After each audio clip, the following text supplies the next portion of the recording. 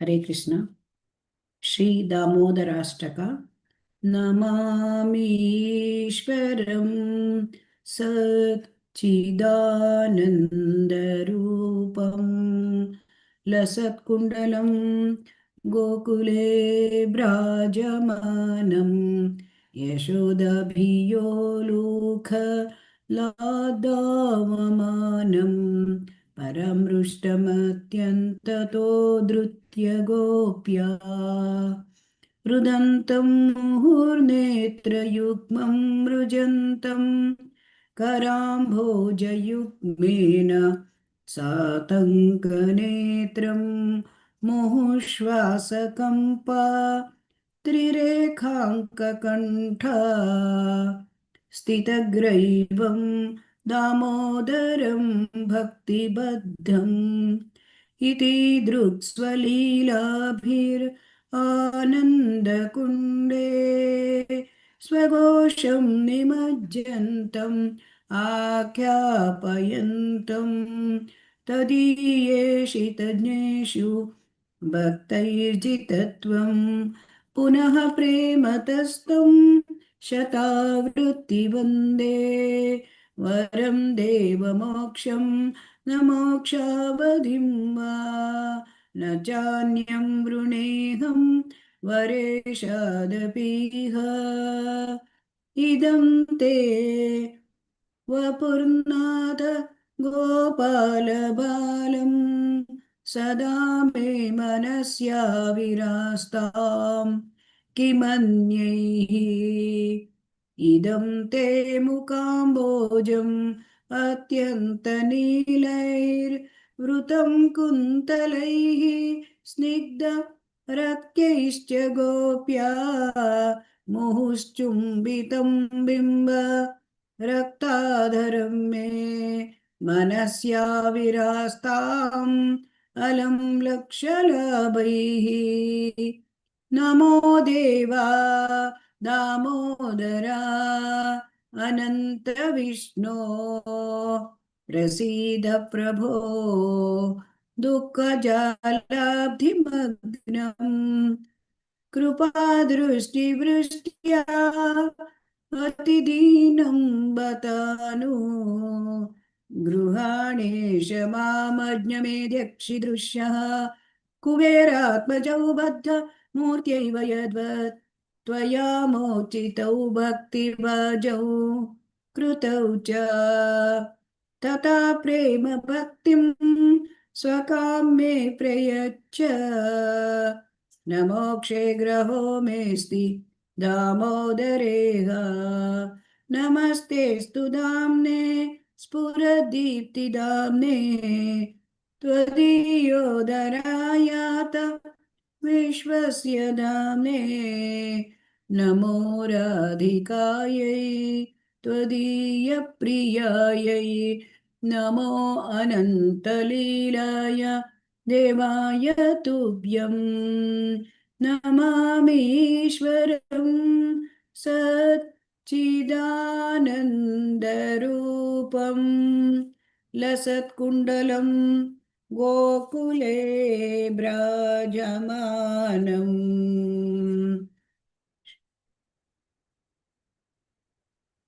श्री दामोदर भगवान की जय। दामोदराष्टकम की जय। हरे कृष्ण। ओम अज्ञानतिमिरान्धस्य ज्ञानाञ्जनशलाकया चक्षुरुन्मीलितं येन तस्मै श्रीगुरवे नमः। श्रीचैतन्यमनोभीष्टं स्थापितं येन भूतले स्वयं रूपः कदा मह्यं ददाति स्वपदान्तिकं वन्देऽहं श्रीगुरोः श्रीयुतपदकमलं श्रीगुरून् वैष्णवांश्च श्रीरूपं साग्रजातं सहगण रघुनाथान्वितं तं सजीवं साद्वैतं सावधूतं परिजनसहितं कृष्णचैतन्यदेवं श्रीराधाकृष्णपादान् सहगणललिता श्रीविशाखान्वितांश्च हे कृष्णा करुणा सिन्धो दीनबन्धो जगत्पते गोपेशा गोपिका कान्ता राधाकान्ता नमोऽस्तु ते तप्तकाञ्चन गौराङ्गी राधे वृन्दावनेश्वरी वृषभानुसुते देवी प्रणमामि हरिप्रिये वाञ्छाकल्पतरुभ्यश्च कृपा सिन्धुभ्य एव च पतितानां पावनेभ्यो वैष्णवेभ्यो नमो नमः। हरे कृष्णा कृष्ण कृष्ण हरे हरे हरे राम राम राम हरे हरे हरे कृष्ण कृष्ण कृष्ण हरे हरे हरे राम राम राम हरे हरे हरे कृष्ण कृष्ण कृष्ण हरे हरे हरे राम राम राम हरे हरे। श्री श्री राधा गोविंद की जय, श्री श्री गौरनिताय की जय, श्रील प्रभुपाद की जय। हरे कृष्ण ಎಲ್ಲರಿಗೂ ಎಲ್ಲ ಭಕ್ತರಿಗೂ ಹರೇ ಕೃಷ್ಣ. ಶ್ರೀ ಶ್ರೀ ಹರೇ ರಾಧಾ ಕೃಷ್ಣ ಮಾತಾಜಿ. ದೇವಸ್ಥಾನ ಮಂಗಳೂರು ಇವರು ಆಯೋಜಿಸಿರುವ 3ನೇ ಹಂತದ ತರಗತಿ ಶ್ರೀ ಭಕ್ತಿರಸಾಮೃತ ಸಿಂಧು ಇದರ ಅಧ್ಯಯನಕ್ಕೆ ತಮ್ಮೆಲ್ಲರಿಗೂ ಕೂಡ ಸುಸ್ವಾಗತ. ಇವತ್ತು ನಾವು ನೋಡಲಿದ್ದೇವೆ ಅಧ್ಯಾಯ 11ರ ಮುಂದುವರಿದ ಭಾಗ, ದಿವ್ಯ ಸೇವೆಯ ವಿವಿಧ ಮಗ್ಗಲುಗಳು. ಹರೇ ಕೃಷ್ಣ. ನಿನ್ನೆ ನಾವು ದಾಸ್ಯ ಮತ್ತು ಸಖ್ಯ ಇದನ್ನು ನೋಡಿದ್ದೇವೆ. ಈ ದಾಸ್ಯದಲ್ಲಿ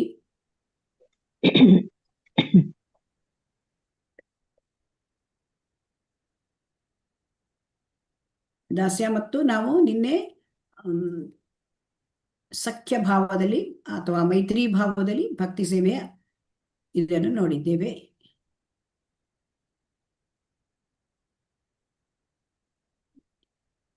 ಇವತ್ತು ನಾವು ಮುಂದುವರಿಸೋಣ. ಹರೇ ಕೃಷ್ಣ. ಎಲ್ಲವನ್ನು ಪ್ರಭುವಿಗೆ ಅರ್ಪಿಸಿ ಬಿಡುವುದು. ಹರೇ ಕೃಷ್ಣ. ಓದ್ಬೋದು. ಹರೇ ಕೃಷ್ಣ. ಎಲ್ಲವನ್ನು ಪ್ರಭುವಿಗೆ ಅರ್ಪಿಸಿ ಬಿಡುವುದು. ಸಂಪೂರ್ಣ ಶರಣಾಗತಿಯನ್ನು ಕುರಿತಂತೆ ಶ್ರೀಮದ್ ಭಾಗವತದ 11ನೇ ಸ್ಕಂದದಲ್ಲಿ 29ನೇ ಅಧ್ಯಾಯ ಶ್ಲೋಕ 34 ಬಹು ಸುಂದರವಾದ ವರ್ಣನೆ ಇದೆ. ಅಲ್ಲಿ ಭಗವಂತನು ಬೇರೆಲ್ಲ ಕಾರ್ಯಗಳನ್ನು ತೊರೆದು ನನಗೆ ಸಂಪೂರ್ಣವಾಗಿ ಶರಣಾಗತನಾಗುವ ವ್ಯಕ್ತಿಗೆ ಇಂದಿನ ಹಾಗೂ ಮುಂದಿನ ಜನ್ಮಗಳಲ್ಲಿ ನಾನೇ ಸ್ವತಃ ರಕ್ಷಣೆ ನೀಡುತ್ತೇನೆ. ಬೇರೆಯ ಮಾತುಗಳಲ್ಲಿ ಹೇಳುವುದಾದರೆ, ಶರಣಾಗತನು ಆಧ್ಯಾತ್ಮಿಕ ಬದುಕಿನಲ್ಲಿ ಮುನ್ನಡೆಯಲು ನಾನು ನೆರವು ನೀಡಲು ಬಯಸುತ್ತೇನೆ. ಇಂತಹ ವ್ಯಕ್ತಿಯು ಈಗಾಗಲೇ ಶಾಸ್ತ್ರೀಯನ್ನು ಎಂದರೆ ಪ್ರಭುವಿಗೆ ಸಮನಾದ ಸಂಪದಭ್ಯುದಯವನ್ನು ಸಾಧಿಸಿಕೊಂಡಿದ್ದಾನೆಂದು ತಿಳಿಯಬೇಕು ಎಂದಿದ್ದಾನೆ.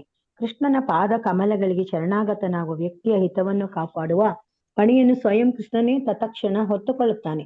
ಅಂತಹ ವ್ಯಕ್ತಿಯು ಆಧ್ಯಾತ್ಮಿಕ ಪರಿಪೂರ್ಣತೆಯೆಡೆಗೆ ಬಹುಬೇಗ ಮುನ್ನಡೆಯಲೆಂದು ಅವನ ಅಂತರಂಗದಲ್ಲಿದ್ದುಕೊಂಡು ಉಪದೇಶ ನೀಡುತ್ತಾನೆ. ಹರೇ ಕೃಷ್ಣ ಮಾತಾಜಿ. ಮುಂದೆ ಓದ್ಬೇಕಾ ಮಾತಾಜಿ? ಹರೇ ಕೃಷ್ಣ. ಹರೇ ಕೃಷ್ಣ.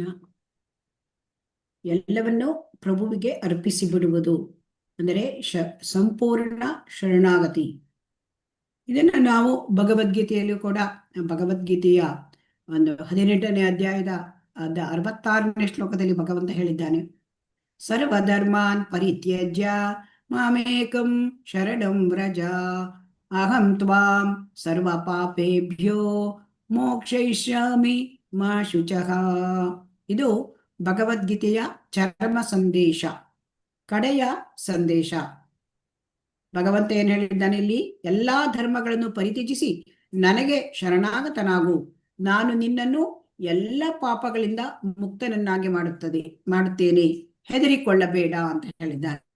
ಹಾಗಾಗಿ ಇಲ್ಲಿ ಭಗವದ್ಗೀತೆಯಲ್ಲಿ ಕೊನೆಯ ನಮಗೆ ಸಂದೇಶ ಏನು ಅಂದ್ರೆ, ಭಗವಂತನಿಗೆ ಶರಣಾಗಬೇಕು ಅಲ್ವಾ ಹರೇ ಕೃಷ್ಣ. ಹೌದು ಹೌದು ಮಾತಾಜಿ. ಮಾತಾಜಿ. ಹಾ, ಭಗವಂತನಿಗೆ ಶರಣಾಗಬೇಕು ಅಂತ ಅಂದ ಏನಂತಂದ್ರೆ, ಇಂತಹ ಶರಣಾಗತಿ, ಭಗವಂತನಿಗೆ ಶರಣಾಗತಿ ಆದ್ರೆ ಏನ್ ಮಾಡ್ತಾನೆ ಭಗವಂತ? ಎಲ್ಲ ಪಾಪಗಳಿಂದ ಮುಕ್ತಿ ಮಾಡ್ತಾನೆ. ಈ ಎಲ್ಲ ಪಾಪಗಳಿಂದ ಮುಕ್ತಿ ಮಾಡ್ತಾನೆ. ಅದರಿಂದ ಆ ಈ ಈ ಸಂದೇಹ ಕೆಲವರಿಗೆ ಏನಾಗುತ್ತೆ, ಪಾಪಗಳಿದ್ರೆ ನಾನು ಹೇಗೆ ಆ ಭಗವಂತನಿಗೆ ಶರಣಾಗುವುದು, ಈ ತರವಾದ ಒಂದು ಆ ಸಂದೇಹ ಬರುತ್ತೆ ಅಲ್ವಾ ಹರೇ ಕೃಷ್ಣ. ಹೌದು ಮಾತಾಜಿ. ಹೌದು ಆ, ಮಾತಾಜಿ. ಆ, ಈ ತರ ಒಂದು ಸಂದೇಹ ಬರ್ತದೆ. 7ನೇ ಅಧ್ಯಾಯದಲ್ಲಿ ಕೂಡ ಹೀಗೆ ಹೇಳಿದ್ದಾನೆ ಭಗವಂತ, ಯೇಷಾಂತು ಅಂತಗತಂ ಪಾಪಂ ಜನಾನಾಂ ಪುಣ್ಯಕರ್ಮಣಾಂ ತೇ ದ್ವಂದ್ವ ಮೋಹ ನಿರ್ಮುಕ್ತ ಭಜಂತೆ ಮಾಂ ದೃಢವ್ರತಾಃ. ಅಂದ್ರೆ ಎಲ್ಲ ಯಾರ ಪಾಪ ಕಾರ್ಯ ನಿರ್ಮೂಲ ಆಗಿದೆ ಅವರು ಭಗವಂತನ ಸೇವೆಯಲ್ಲಿ ನಿರತರಾಗ್ತಾರೆ ಅಂತ ಹೇಳಿದ್ದಾರೆ. ಆದರೆ ಇಲ್ಲಿ ಕೊನೆಯ ಶ್ಲೋಕ, ಆ ಒಂದು ಭಗವದ್ಗೀತೆಯ ಕೊನೆಯ ಸಂದೇಶದಲ್ಲಿ ನೀನು ಶರಣಾಗತನಾಗು, ನಿನ್ನ ಪಾಪ ಕರ್ಮಗಳನ್ನು ನಾನು ಬಿಡುಗಡೆ ಮಾಡ್ತೇನೆ ಅಂತ ಹೇಳ್ತಾನೆ. ಸೊ ಹಾಗಾಗಿ ನಾವು ಯಾವುದೇ ಪಾಪ ಕರ್ಮಗಳು ನಮಗೆ ಇದ್ದಿರಲಿ, ಅದರಿಂದ ಮುಕ್ತನಾಗಿರೋದಿಲ್ಲ ನಾವು. ಆದರೂ ಕೂಡ ಕೃಷ್ಣನಿಗೆ ಶರಣಾಗತನಾಗುವ ಪ್ರಕ್ರಿಯೆಯಿಂದ ಭಗವಂತ ಏನ್ ಮಾಡ್ತಾನೆ, ನಮ್ಮನ್ನು ಈ ಪಾಪಗಳಿಂದ ಮುಕ್ತನನ್ನಾಗಿ ಮಾಡ್ತಾನೆ. ಸೊ ಹಾಗಾಗಿ ಈ ಪಾಪಗಳ ಪ್ರತಿಕ್ರಿಯೆಯನ್ನು ಬಿಡಿಸಿಕೊಳ್ಳಿಕ್ಕೆ ನಾವು ಶ್ರಮ ಪಡುವ ಅಗತ್ಯವೇ ಇಲ್ಲ. ಮನುಷ್ಯ ಭಗವಂತನನ್ನು, ಕೃಷ್ಣನನ್ನು ಎಲ್ಲ ಜೀವಿಗಳ ಪರಮೋದ್ಧಾರಕ ಅಂತ ಸ್ವೀಕರಿಸಬೇಕು ಅಂತ ಭಗವದ್ಗೀತೆಯಲ್ಲಿ ಹೇಳ್ತಾರೆ. ಶ್ರದ್ಧೆ ಮತ್ತು ಪ್ರೀತಿಯಿಂದ ಅವನಿಗೆ ಶರಣಾಗಬೇಕು, ಇದನ್ನ ಭಗವದ್ಗೀತೆಯಲ್ಲಿ ಹೇಳ್ತಾರೆ. ಸೊ ಇದನ್ನ ಹೇಗೆ ಅಂತ ಕೇಳಿದ್ರೆ, ಈ ಒಂದು ಕೃಷ್ಣನಿಗೆ ಶರಣಾಗತ ಆಗ್ತಕ್ಕಂಥ ಪ್ರಕ್ರಿಯೆ, ಇದನ್ನ ಹರಿಭಕ್ತಿ ವಿಲಾಸದಲ್ಲಿ ಹೇಳಿದ್ದಾರೆ. ಅನುಕೂಲಸ್ಯ ಸಂಕಲ್ಪಃ ಪ್ರಾತಿಕೂಲಸ್ಯ ವರ್ಜನಂ ರಕ್ಷಿಷ್ಯತಿ ಇತಿ ವಿಶ್ವಾಸೋ ಗೋಪ್ತೃತ್ವೇ ವರ್ಣಂ ತಥಾ ಆತ್ಮನಿಕ್ಷೇಪ ಕಾರ್ಪಣ್ಯೆ ಷಡ್ವಿಧ ಶರಣಾಗತಿ. ಹಾಗಾದ್ರೆ ಶರಣಾಗತಿ ಅಂತ ಆಗ್ಬೇಕು ಅಂತ ಇಲ್ಲಿ ಹೇಳಿದ್ದಾರೆ. ಆದ್ರೆ ಶರಣಾಗತಿ ಹೇಗೆ ಆಗುವುದು, ಈ ಪ್ರಶ್ನೆ ಬರ್ತದೆಯಲ್ಲ ಹರೇ ಕೃಷ್ಣ. ಹೌದು ಮಾತಾಜಿ. ಅದಕ್ಕೆ ಶರಣಾಗತಿ ಆಗ್ಬೇಕು ಅಂತಂದ್ರೆ ನಾವು ಇಲ್ಲಿ 6 ಹಂತಗಳಿವೆ. ಮೊಟ್ಟ ಮೊದಲು ನಾವು ಭಗವಂತನ ಒಂದು ಭಕ್ತಿಯಲ್ಲಿ ಮುಂದುವರಿಲಿಕ್ಕೆ, ನಮ್ಮನ್ನ ಭಕ್ತಿ ಸೇವೆಗೆ ಕರೆದೊಯ್ಯತಕ್ಕಂಥ ಎಲ್ಲಾ ಧಾರ್ಮಿಕ ತತ್ವಗಳನ್ನು ಒಪ್ಪಿಕೊಳ್ಳಬೇಕು. ಅಂದ್ರೆ ನಮಗೆ ಈಗ ಭಕ್ತಿ ಸೇವೆಯಲ್ಲಿ ಅನುಕೂಲವಾಗ್ತಕ್ಕಂಥ ತತ್ವಗಳು 64 ಅಂಗಗಳು ಇಲ್ಲಿ ಶ್ರೀಲ ರೂಪ ಗೋಸ್ವಾಮಿಯವರು ಕೊಟ್ಟಿದ್ದಾರೆ ಅಲ್ವಾ ಹರೇ ಕೃಷ್ಣ. ಹೌದು ಇವೆಲ್ಲವೂ ಮಾತಾಜಿ. ನಮ್ಮನ್ನು ಭಕ್ತಿಗೆ ಒಯ್ಯುತ್ತೆ. ಅದನ್ನೆಲ್ಲ ಹೌದು ನಾವು ಒಪ್ಕೊಳ್ಬೇಕು.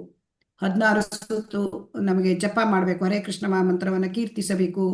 ಆಮೇಲೆ ನಾವು ಮಂಗಳಾರತಿಯನ್ನ ನಾವು ನೋಡಬೇಕು. ನಾವು ಭಗವಂತನ ಈ ಸೇವೆಯಲ್ಲಿ ನಮ್ಮನ್ನ ನಾವು ತೊಡಗಿಸಿಕೊಳ್ಳಬೇಕು. 4 ನಿಯಂತ್ರಕ ತತ್ವಗಳನ್ನು ಪಾಲನೆ ಮಾಡಬೇಕು.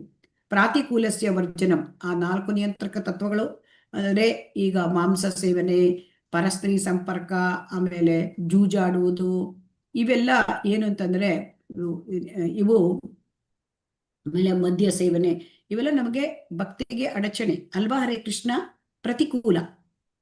ಸೊ ಇದನ್ನ ನಾವು ಬಿಡಬೇಕು. ಆಮೇಲೆ ನಮಗೆ ಇದೆಲ್ಲ ಕೃಷ್ಣ ಪ್ರಜ್ಞೆಯ ಭಕ್ತಿ ಸೇವೆಗೆ ಪ್ರತಿಕೂಲ. ಆಮೇಲೆ ರಕ್ಷಿಷ್ಯತಿ ಇತಿ ವಿಶ್ವಾಸ, ಕೃಷ್ಣ ನನ್ನನ್ನು ಎಲ್ಲ ಸನ್ನಿವೇಶದಲ್ಲೂ ಎಲ್ಲ ಕಷ್ಟಗಳಿಂದನೂ ಪಾರು ಮಾಡ್ತಾನೆ, ಈ ವಿಶ್ವಾಸ ನಮಗೆ ಇರಬೇಕು ಹರೇ ಕೃಷ್ಣ.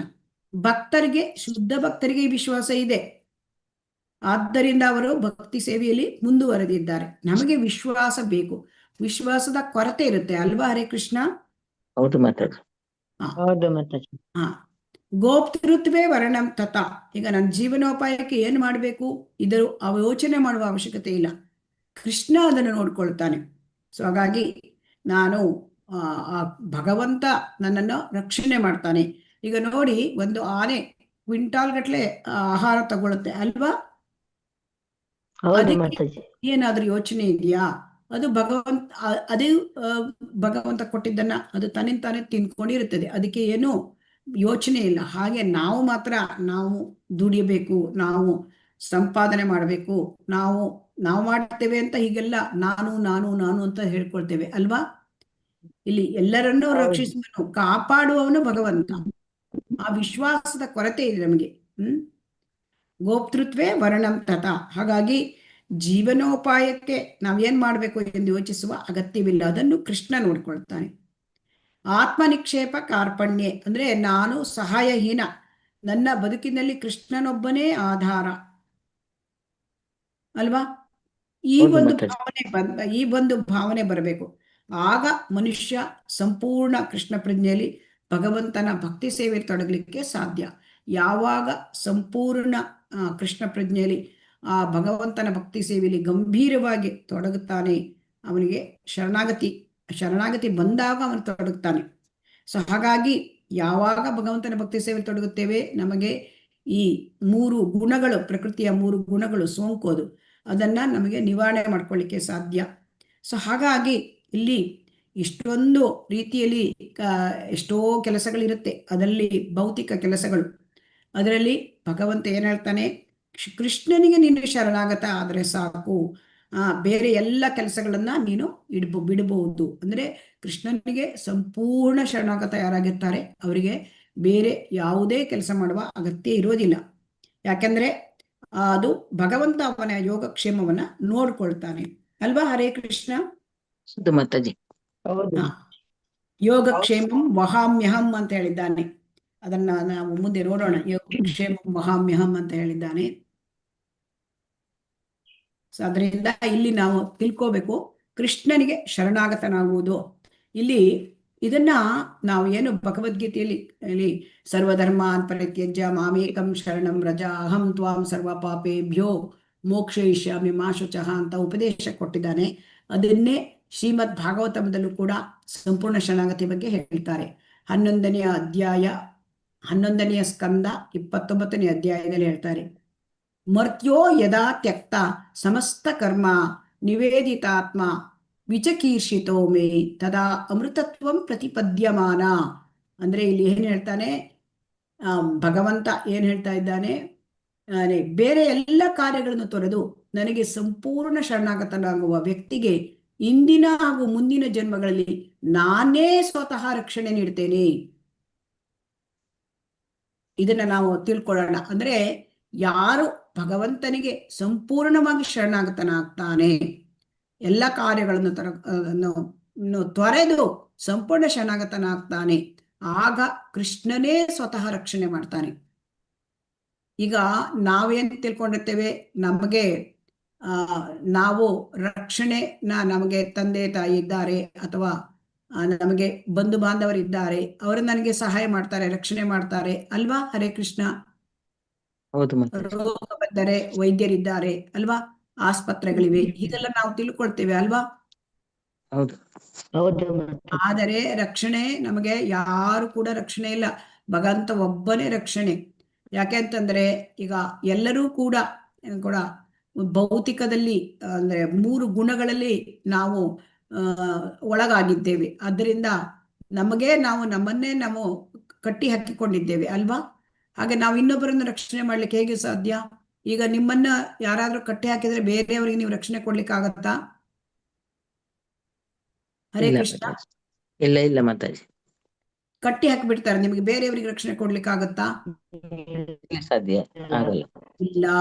ಸೊ ಅದಕ್ಕೆ ಏನ್ ಹೇಳ್ತಾರೆ ಅಂತಂದ್ರೆ, ಯಾರು ಫ್ರೀ ಇದ್ದಾರೆ ಅವರು ಇನ್ನೊಬ್ಬರಿಗೆ ರಕ್ಷಣೆ ಕೊಡಬಹುದು ಅಲ್ವಾ. ಇಲ್ಲಿ ಕೃಷ್ಣ ಗುರು ಇಷ್ಟೇ, ಅವರೇ ನಮಗೆ ರಕ್ಷಣೆ, ಕೃಷ್ಣನೇ ನಮಗೆ ರಕ್ಷಣೆ, ಸ್ವತಃ ರಕ್ಷಣೆ ಕೊಡ್ತಾನೆ. ಆದ್ರಿಂದ ಭಗವಂತನಲ್ಲಿ ಶರಣಾಗತ ಆಗ್ಬೇಕು. ಅದು ಕೃಷ್ಣನನ್ನೇ ಬಿಟ್ರೆ ಬೇರೆ ಯಾರು ರಕ್ಷಿಸುವವರೇ ಇಲ್ಲ. ಸೊ ಅದಕ್ಕೆ ದಾಸರುಗಳು ಕೂಡ ಹೇಳ್ತಾರೆ, ಆರು ಕಾಯುವರಿಲ್ಲ ತೋರಿದೆ ನಿನಗಯ್ಯ ಅಲ್ವಾ, ಹೇಳ್ತಾರೆ ಅಲ್ವಾ ಕೃಷ್ಣ. ಯಾರು ನನ್ನನ್ನು ಕಾಯುವರಿಲ್ಲ ಕೃಷ್ಣ, ನೀನೇ ರಕ್ಷಕ ಅಲ್ವಾ. ಹಾಗಾಗಿ ಈಗ ಭಕ್ತನಿಗೆ ಗೊಂದಲ ಇಲ್ಲ, ಪ್ರಾಪಂಚಿಕರಿಗೆ ಗೊಂದಲ ಇದೆ. ಯಾಕೆಂತಂದ್ರೆ ನನಗೆ ಅವರು ರಕ್ಷಣೆ ಮಾಡ್ತಾರೆ, ಇವರು ರಕ್ಷಣೆ ಮಾಡ್ತಾರೆ. ಆದರೆ ಶುದ್ಧ ಭಕ್ತನಿಗೆ ಯಾವುದೇ ಗೊಂದಲ ಇಲ್ಲ. ಅವನಿಗೆ ಸಂಪೂರ್ಣವಾಗಿ ಭಗವಂತನ ಪಾದ ಕಮಲದಲ್ಲಿ ತನ್ನ ಒಂದು ಮನಸ್ಸನ್ನು ಇಟ್ಟು ಭಗವಂತನಲ್ಲಿ ಶರಣಾಗತನಾಗಿ ಅವರಲ್ಲಿ ರಕ್ಷಣೆಯನ್ನ ಕೋರ್ತಾನೆ. ಹೇಗೆ ಕೇಳಿದ್ರೆ, ಈಗ ಬೆಕ್ಕಿನ ಮರಿ ತಾಯಿಯ ರಕ್ಷಣೆಯಲ್ಲಿ ಇರುತ್ತೆ ಅಲ್ವಾ. ಚಿಕ್ಕ ಬೆಕ್ಕಿನ ಮರಿಯನ್ನ ಬೆಕ್ಕು ಬಾಯಲ್ಲಿ ಇಟ್ಕೊಂಡು ಹೋಗುತ್ತೆ ಅಲ್ವಾ. ಹರೇ ಕೃಷ್ಣ. ಹೌದು. ನೋಡಿ, ಆ ಬೆಕ್ಕಿನ ಮರಿಗೆ ಯಾರಾದ್ರೂ ಏನಾದ್ರೂ ಒಂದು ಹತ್ತಿರ ಸುಳಿದ್ರೆ ಅದು ಗುರುಗುಟ್ಟುತ್ತೆ ಅಲ್ವಾ? ಹರೇ ಕೃಷ್ಣ. ಹೌದು. ನೀವು ನೋಡಿದ್ದೀರಾ ಹರೇ ಕೃಷ್ಣ? ನೋಡಿದೆ ಮಾತಾಜಿ. ನೋಡಿದ್ದೆ ಮತ್ತೆ. ಬೆಕ್ಕು ಮರಿ ಹಾಕಿದ್ರೆ ಅದ್ರ ಹತ್ತಿರದಲ್ಲಿ ಎಲ್ಲಾದ್ರೂ ಸುಳಿದಾಡಿದ್ರೆ ಅಯ್ಯೋ, ಹಾಗೆ ಕಚ್ಚಕ್ಕೆ ಬಂದ್ಬಿಡುತ್ತೆ ಅದು. ಕಚ್ಬಿಡುತ್ತೆ. ಹ, ಹಾಗೆ ಭಗವಂತ ಭಕ್ತರ ರಕ್ಷಣೆ ಮಾಡ್ತಾನೆ. ಸೊ ಆದ್ದರಿಂದ ಹೇಗೆ ರಕ್ಷಣೆ ಮಾಡ್ತಾನೆ ಅಂತ ಹೇಳ್ತಾನೆ. ಅಂದ್ರೆ ಶರಣಾಗತ ಆಗೋದು ನಮ್ಮ ಕರ್ತವ್ಯ, ಆದರೆ ರಕ್ಷಣೆಯ ಜವಾಬ್ದಾರಿ, ಸಂಪೂರ್ಣ ಜವಾಬ್ದಾರಿ ಭಗವಂತ ತೆಗೆದುಕೊಳ್ತಾನೆ. ಯಾರು ಭಗವಂತನಿಗೆ ಸಂಪೂರ್ಣವಾಗಿ ಶರಣಾಗತ ಆಗಿದ್ದಾರೆ ಅವರ ರಕ್ಷಣೆಯನ್ನ ಸ್ವತಃ ಕೃಷ್ಣನೇ ಮಾಡ್ತಾನೆ. ಅಂದ್ರೆ ಹೇಗೆ ಮಾಡ್ತಾನೆ ಅಂದ್ರೆ, ಶರಣಾಗತನು ಆಧ್ಯಾತ್ಮಿಕ ಬದುಕಿನಲ್ಲಿ ಮುನ್ನಡೆಯಲು ನೆರವನ್ನು ನೀಡ್ತೇನೆ. ಅದು ಹೇಗೆ ನೀಡ್ತಾನೆ? ಭಗವದ್ಗೀತೆಯಲ್ಲಿ ಹೇಳ್ತಾನೆ, ತೇಷಾಂ ಸತತ ಯುಕ್ತಾನಾಂ ಭಜತಾಂ ಪ್ರೀತಿ ಪೂರ್ವಕಂ ದದಾಮಿ ಬುದ್ಧಿ ಯೋಗಂ ತಂ ಯೇನ ಮಾಂ ಉಪಯಾಂತಿತೆ. ಏನ್ ಹೇಳ್ತಾನೆ 10ನೇ ಅಧ್ಯಾಯದಲ್ಲಿ? ಯಾರು ಅವನು ಯಾರು ಸತತವಾಗಿ ಭಗವಂತನ ಆ ಸ್ಮರಣೆಯಲ್ಲಿ, ಭಗವಂತನ ಸೇವೆಯಲ್ಲಿ ನಿರತರಾಗ್ತಾರೆ ಅವರಿಗೆ ಆಧ್ಯಾತ್ಮ ಬದುಕಿನಲ್ಲಿ ಮುನ್ನಡೆಯಲು ಸಹಾಯ ಮಾಡ್ತೇನೆ, ಬುದ್ಧಿಯನ್ನು ಕೊಡ್ತೇನೆ, ಅವರಿಗೆ ಬುದ್ಧಿ ಯೋಗವನ್ನು ಕೊಡ್ತೇನೆ ಅಂತ ಹೇಳ್ತಾನೆ. ಸೊ ಅಂದ್ರೆ ಯಾರು ಭಗವಂತನಲ್ಲಿ ಶರಣಾಗತ ಆಗ್ತಾನೆ, ಭಗವಂತ ಓಡೋಡಿ ಬರ್ತಾನೆ ಅವನ ರಕ್ಷಣೆಗೆ, ಅವನಿಗೆ ಮತ್ತೆ ಸಹಾಯ ಹಸ್ತ ನೀಡಲಿಕ್ಕೆ, ಭಕ್ತಿಯಲ್ಲಿ ಮುಂದುವರಿಲಿಕ್ಕೆ ಬುದ್ಧಿಯನ್ನು ಕೊಡ್ತಾನೆ. ಆಮೇಲೆ ಇಂತಹ ವ್ಯಕ್ತಿಯು ಸಾಷ್ಟಿಯನ್ನು, ಅಂದ್ರೆ ಸಾಷ್ಟಿ ಅಂತಂದ್ರೆ ಭಗವಂತನಿಗೆ ಸಮಾನವಾದ ಸಂಪತ್ ಅಭ್ಯುದಯ. ಇಲ್ಲಿ ಭಗವಂತ ಷಡೈಶ್ವರ್ಯ ಸಂಪನ್ನ ಅಲ್ವಾ ಹರೇ ಕೃಷ್ಣ? ಹೌದು ಮಾತಾಜಿ. ಷಡೈಶ್ವರ್ಯ ಸಂಪನ್ನ. ಹೌದು. ಇಡೀ ಜಗತ್ತಲ್ಲಿ, ಚರಾಚರ ಜಗತ್ತಿನಲ್ಲಿ ಇರತಕ್ಕಂತೆಲ್ಲವೂ ಭಗವಂತನಿಗೆ ಸೇರಿದ್ದು. ಈಶಾವಾಸ್ಯಂ ಇದಂ ಸರ್ವಂ. ಅಂತಹ ಸಂಪತ್ತು ಭಗವಂತನಿಗೆ ಏನಿದೆ ಅದು ಆ ಶರಣಾಗತ ಒಬ್ಬ ಭಕ್ತನಿಗೆ ಕೊಡ್ತಾನೆ. ಅಂದ್ರೆ ಕೃಷ್ಣ ಇದರಲ್ಲಿ ಮುಖ್ಯವಾದದ್ದು ತಿಳ್ಕೋಬೇಕು ನಾವಂದ್ರೆ, ಕೃಷ್ಣ ಸಂಪೂರ್ಣವಾಗಿ ವಿರಕ್ತ. ಅದರಲ್ಲಿ ಆರು ಸಂಪತ್ತುಗಳು. ಯಾರು ಹೇಳ್ತೀರಿ ಕೃಷ್ಣನ 6 ಸಂಪತ್ತುಗಳು? ಷಡೈಶ್ವರ್ಯ ಸಂಪನ್ನ ಹರೇ ಕೃಷ್ಣ. ಸಂಪೂರ್ಣ ಶಕ್ತಿ, ಸಂಪೂರ್ಣ ಐಶ್ವರ್ಯ. ಎಲ್ಲಾರು ಹೇಳಿ ಮಾತಾಜಿ. ಹರೇ ಕೃಷ್ಣ. ಸಂಪೂರ್ಣ ಐಶ್ವರ್ಯ, ಸಂಪೂರ್ಣ ಶಕ್ತಿ, ಸಂಪೂರ್ಣ ವೈರಾಗ್ಯ. ಹರೇ ಕೃಷ್ಣ. ಮತ್ತೆ ಸಂಪೂರ್ಣ ಮತ್ತೆ ಉಳಿದಿದ್ದು ಹೇಳಿ ಹರೇ ಕೃಷ್ಣ. ಭಗವಂತನಿಗೆ ಸಂಪೂರ್ಣ ಶಕ್ತಿ, ಸಂಪೂರ್ಣ ಸಂಪತ್ತು, ಸಂಪೂರ್ಣವಾಗಿ ಸೌಂದರ್ಯ, ಸಂಪೂರ್ಣ ಜ್ಞಾನ, ಸಂಪೂರ್ಣ ವೈರಾಗ್ಯ. ಸೊ ಸಂಪೂರ್ಣ ವೈರಾಗ್ಯ. ಸೊ ಇದು ಎಲ್ಲ ಇರ್ತದೆ. ಸೊ ಅದರಿಂದ ಭಕ್ತಿಗೆ ಮುಂದುವರಿಬೇಕು, ಅದಕ್ಕೆ ಬೇಕಾದ ವೈರಾಗ್ಯವನ್ನು ಕೂಡ ಭಗವಂತ ಕೊಡ್ತಾನೆ. ಸೊ ಆ ಭಗವಂತ ಭಕ್ತಿಯಲ್ಲಿ ಮುಂದುವರಿಲಿಕ್ಕೆ ಹೇಗೆ ವ್ಯಕ್ತಿ ಮುಂದುವರಿಬೇಕು ಅದನ್ನೆಲ್ಲವನ್ನು ಭಗವಂತ ಕೊಡ್ತಾನೆ. ಸೊ ಅದರಿಂದ ನಮ್ಮ ಮುಖ್ಯ ಕರ್ತವ್ಯ ಏನಂದ್ರೆ ಭಗವಂತನಿಗೆ, ಆ ಭಗವಂತನ ಪಾದ ಕಮಲೆಗಳಿಗೆ ಶರಣಾಗ್ತಕ್ಕಂಥದ್ದು. ಆ ಶರಣಾಗತನಾದಾಗ ಅವನು ಭಗವಂತ ನಮ್ಮ ಹೃದಯದಲ್ಲಿ, ಎಲ್ಲರ ಹೃದಯದಲ್ಲಿ ಪರಮಾತ್ಮನಾಗಿರ್ತಾನೆ. ಆ ಪರಮಾತ್ಮನಾಗಿದ್ದವನು ಶರಣಾಗತ ವ್ಯಕ್ತಿಗೆ ಚೈತ್ಯ ಗುರುವಾಗ್ತಾನೆ. ಚೈತ್ಯ ಗುರುವಾಗಿ ಅವನು ಉಪದೇಶ ನೀಡ್ತಾನೆ. ಅದರಿಂದ ಶ್ರದ್ಧೆ ಮತ್ತು ಪ್ರೀತಿಗಳಿಂದ ಮನುಷ್ಯ ಅವನಿಗೆ ಶರಣಾಗಬೇಕು. ಸೊ ಆದ್ದರಿಂದ ನಾವು ಅಂದರೆ ಆತ್ಮನಿವೇದನೆ ಅಂದರೆ ನಾವು ನಮ್ಮನ್ನು ಭಗವಂತನಿಗೆ ಅರ್ಪಿಸಿಕೊಳ್ಳುವ ಕ್ರಿಯೆ. ಇದು ತುಂಬಾ ಉನ್ನತವಾದದ್ದು ಈ ಒಂದು ಆತ್ಮನಿವೇದನೆ, ಸಂಪೂರ್ಣ ಶರಣಾಗತಿ. ಇದನ್ನ ನಾವು ಬಲಿ ಮಹಾರಾಜನ ಮತ್ತೆ ಅಂಬರೀಷ ಮಹಾರಾಜ ಇವರಲ್ಲಿ ನಾವು ಕಾಣಬಹುದು ಅಲ್ವಾ? ಎಲ್ಲರೂ ಕೂಡ ಬಲಿ ಮಹಾರಾಜನ ಕಥೆಯನ್ನು ಕೇಳಿರ್ತೀರಿ ಅಲ್ವಾ? ಹರೇ ಕೃಷ್ಣ. ಅದೇ ಅಂದ್ರೆ ತನ್ನ ಮನಸ್ಸು, ದೇಹ ಎಲ್ಲವನ್ನು ಭಕ್ತಿ ಸೇವೆಯಲ್ಲಿ ತೊಡಗಿಸುವುದು. ಸೊ ಬಲಿ ಮಹಾರಾಜ ಆ ಭಗವಂತನ ಮೊದಲ 2 ಹೆಜ್ಜೆಗಳಲ್ಲಿ ಇಡೀ ವಿಶ್ವವನ್ನೇ ಆವರಿಸಿ ಮತ್ತೆ ಏನು ಉಳಿಲಿಲ್ಲ ಅಂದಾಗ 3 ಹೆಜ್ಜೆ ಕೇಳಿದ್ದ ವಾಮನ ದೇವ ಅಲ್ವಾ? ಭಗವಂತ ವಾಮನ ಅವತಾರದಲ್ಲಿ 2 ಹೆಜ್ಜೆ, ಮೊದಲ ಹೆಜ್ಜೆಯಲ್ಲಿ ಇಡೀ ಎಲ್ಲ ಭೂಮಂಡಲವನ್ನೇ ಆವರಿಸ್ಕೊಂಡ, 2ನೇ ಹೆಜ್ಜೆಯಲ್ಲಿ ಇಡೀ ವಿಶ್ವವನ್ನೇ ಆವರಿಸಿ ಅದು ಅವರ ಬೆರಳು ಕೃಷ್ಣ ಆ ಭಗವಂತ ತ್ರಿವಿಕ್ರಮನ ಆದ ಅಲ್ಲಿ ಆ ಬೆರಳು ಹೋಗಿ ಇದು ಬ್ರಹ್ಮಾಂಡದ ಪದರಗಳನ್ನು ಕೂಡ ಅದು ಏನ್ ಮಾಡ್ತು, ಅಲ್ಲಿ ತೂತ ಆಯಿತು ಆ ಹೆಬ್ಬೆರಳಿನಿಂದ. ಆಮೇಲೆ ಅಲ್ಲಿ ಗಂಗಾ ಮಾತೆ ಬಂದ್ಲು, ಇನ್ನು ಉಳಿಲೇ ಇಲ್ಲ ಏನು. ಸೊ ಬಲಿ ಮಹಾರಾಜ ಏನ್ ಮಾಡ್ತಾನೆ ಅವಾಗ, ತನ್ನ ತಲೆಯನ್ನೇ ಕೊಟ್ಟ, ತನ್ನ ದೇಹವನ್ನೇ ಅರ್ಪಿಸಿದ, ತನ್ನ ಅಸ್ತಿತ್ವವನ್ನೇ ಕೊಡ್ತಕ್ಕಂತಹ ಮೂಡು ಅವನದು ಅಲ್ವಾ. ಹಾಗೆ ಅಂಬರೀಷ ಮಹಾರಾಜರು ಕೂಡ, ಅವರು ಕೂಡ ತನ್ನನ್ನು ಸಂಪೂರ್ಣವಾಗಿ ಅಪ್ಪಿಸ್ಕೊಂಡಿರ್ತಾರೆ. ಅಂದ್ರೆ ಅವರು ಮಹಾರಾಜ ಒಬ್ರು, ಅವರು ಇಡೀ ಜಗತ್ತನ್ನೇ ಆಳ್ತಾ ಇರ್ತಾರೆ, ಆದರೆ ಅವರು ಭಗವಂತನಿಗೆ ಸಂಪೂರ್ಣವಾಗಿ ತನ್ನನ್ನು ಅರ್ಪಿಸಿಕೊಂಡಿರ್ತಾರೆ. ಸೊ ಹೇಗೆ ಕೇಳಿದರೆ, ಅವರು ಯಾವಾಗಲೂ ದೇವಸ್ಥಾನ, ಭಗವಂತನ ದೇವಸ್ಥಾನಕ್ಕೆ ಅವರು ನಡ್ಕೊಂಡು ಹೋಗ್ತಾ ಇರ್ತಾರೆ, ಕಾಲಿನಿಂದ, ಕೈಯಿಂದ ಭಗವಂತನ ದೇವಾಲಯದ ಮಂದಿರವಾರ್ಜನ ಮಾಡ್ತಾರೆ, ಕಣ್ಣಿನಿಂದ ಅವರು ಭಗವಂತನ ಸುಂದರವಾದ ರೂಪವನ್ನು ದರ್ಶನ ಮಾಡ್ತಾರೆ, ಕಿವಿಯಿಂದ ಭಗವಂತನ ಬಗ್ಗೆ ಆ ಒಂದು ವರ್ಣನೆಗಳನ್ನ, ಮಹಿಮೆಗಳನ್ನ, ಆ ಭಗವಂತನ ಮಹಿಮೆಗಳು, ಮತ್ತೆ ಆ ಸಂಕೀರ್ತನೆ, ಆ ಕೃಷ್ಣನ ಜಪದ ಆ ಒಂದು ಹರೇ ನಾಮವನ್ನು ಕೇಳ್ತಾರೆ, ಮತ್ತು ನಾಲಿಗೆಯಿಂದ ಅವರು ಆ ಒಂದು ಕೃಷ್ಣ ಪ್ರಸಾದವನ್ನು ಸ್ವೀಕರಿಸುತ್ತಾರೆ, ಮೂಗಿನಿಂದ ಅವರು ಆ ಕೃಷ್ಣನ ಪಾದಕ್ಕೆ ಅರ್ಪಿಸಿದ ಆ ತುಳಸಿಯ ಒಂದು ಗಂಧವನ್ನ ಅವರು ಆಘ್ರಾಣಿಸುತ್ತಾರೆ. ಸೊ ಹಾಗಾಗಿ ತಮ್ಮನ್ನು ತಾವು ಸರ್ವ ಸಮರ್ಪಣೆ ಮಾಡಿದ್ದಾರೆ. ಸೊ ಹಾಗಾಗಿ ಇದನ್ನ ನಾವು ನೋಡಬಹುದು. ಹರೇ ಕೃಷ್ಣ. ಇದನ್ನು ಓದಿ. ಹರೇ ಕೃಷ್ಣ ಮಾತಾಜಿ. ನಮ್ಮನ್ನು ನಾವು ಭಗವಂತನಿಗೆ ಸಮರ್ಪಿಸಿಕೊಳ್ಳುವ ಈ ಕ್ರಿಯೆಯನ್ನು ಆತ್ಮನಿವೇದನ ಎಂದು ಕರೆಯುತ್ತಾರೆ. ಆತ್ಮ ಎಂಬುದು ಬೇರೆ ಬೇರೆ ವಿದ್ವಾಂಸರು ಬೇರೆ ಬೇರೆ ರೀತಿಗಳಲ್ಲಿ ವ್ಯಾಖ್ಯಾನಿಸುತ್ತಾರೆ. ಆತ್ಮ ಎನ್ನುವ ಶಬ್ದವನ್ನು ಕೆಲವೊಮ್ಮೆ ಚೇತಾತ್ಮನವೆಂದೇ ಗ್ರಹಿಸಲಾಗುತ್ತದೆ. ಆತ್ಮವು ದೇಹ ಮತ್ತು ಮನಸ್ಸುಗಳನ್ನು ಸೂಚಿಸುತ್ತದೆ ಎಂದು ಕೆಲವು ಸಲ ತಿಳಿಯಲಾಗುತ್ತದೆ. ಆದ್ದರಿಂದ ಸಂಪೂರ್ಣ ಆತ್ಮ ನಿವೇದನೆ ಎಂಬುದು ವ್ಯಕ್ತಿಯು ತನ್ನ ಆತ್ಮವನ್ನಷ್ಟೇ ಅಲ್ಲದೆ ದೇಹ ಹಾಗೂ ಮನಸ್ಸುಗಳನ್ನು ಕೂಡ ಪ್ರಭು ಸೇವೆಯಲ್ಲಿ ತೊಡಗಿಸುವುದನ್ನು ಸೂಚಿಸುತ್ತದೆ. ಈ ಸಂಬಂಧದಲ್ಲಿ ಶ್ರೀಲ ಭಕ್ತಿವಿನೋದ ಠಾಕೂರರು ಸುಂದರವಾದ ಗೀತೆಯನ್ನು ರಚಿಸಿ ಹಾಡಿದ್ದಾರೆ. ಸಂಪೂರ್ಣ ಶರಣಾಗತ ಭಾವದಲ್ಲಿ ತಮ್ಮನ್ನು ಭಗವಂತನಲ್ಲಿ ಸಮರ್ಪಿಸಿಕೊಳ್ಳುತ್ತಾ ಠಾಕೂರರು, ಹೇ ಪ್ರಭು, ನನ್ನ ಮನಸ್ಸು, ಗೃಹಕೃತ್ಯಗಳು, ದೇಹ ಅಷ್ಟೇಕೆ ನನ್ನ ಸರ್ವಸ್ವವನ್ನು ನಿನ್ನ ಸೇವೆಗಾಗಿ ಅರ್ಪಿಸುತ್ತೇನೆ. ನೀನೀಗ ನಿನ್ನ ಇಷ್ಟ ಬಂದಂತೆ ಮಾಡಬಹುದು. ನೀನು ಎಲ್ಲದರ ಪರಮೋನ್ನತ ಒಡೆಯ. ಆದ್ದರಿಂದ ನೀನು ಇಷ್ಟಪಟ್ಟರೆ ನನ್ನನ್ನು ಕೊಲ್ಲಬಹುದು ಅಥವಾ ರಕ್ಷಿಸಲೂಬಹುದು. ಎಲ್ಲವೂ ಸಂಪೂರ್ಣವಾಗಿ ನಿನ್ನ ಕೈಯಲ್ಲಿದೆ. ನನ್ನದೆಂದು ನಾನು ಹೇಳಿಕೊಳ್ಳುವಂಥದ್ದು ಏನೂ ಇಲ್ಲ. ಹರೇ ಕೃಷ್ಣ. ಕೃಷ್ಣ ಮಾತಾಜಿ. ಶ್ರೀಲ ಪ್ರಭುಪಾದಕ್ಕೆ. ಸೊ ಆತ್ಮ ನಿವೇದನೆ ಅಂತಂದ್ರೆ ಆತ್ಮ ಅಂತಂದ್ರೆ ಅದು ಚೇತನ ಆತ್ಮ. ಸೊ ಆತ್ಮ ಅಂದ್ರೆ ದೇಹವು ಮನಸ್ಸನ್ನು ಸೂಚಿಸುತ್ತದೆ ಅಂತ ಕೆಲವು ಕಡೆ ಹೇಳಿದ್ದಾರೆ, ಆದರೆ ಆತ್ಮ ಅಂದ್ರೆ ಚೇತನ ಆತ್ಮ. ಸೊ ಜೀವಾತ್ಮ. ಸೊ ಜೀವಾತ್ಮ, ಅವನಿಗೆ ದೇಹ ಇದೆ, ಅದು ಸ್ಥೂಲಕಾಯ, ಮನಸ್ಸಿದೆ, ಅದು ಸೂಕ್ಷ್ಮಕಾಯ. ಸೊ ಸೂಕ್ಷ್ಮಕಾಯವನ್ನು, ಸ್ಥೂಲಕಾಯವನ್ನು, ತನ್ನನ್ನು ಭಗವಂತನಲ್ಲಿ ಸೇವೆಯಲ್ಲಿ ಸಂಪೂರ್ಣವಾಗಿ ತೊಡಗಿಸೋದು.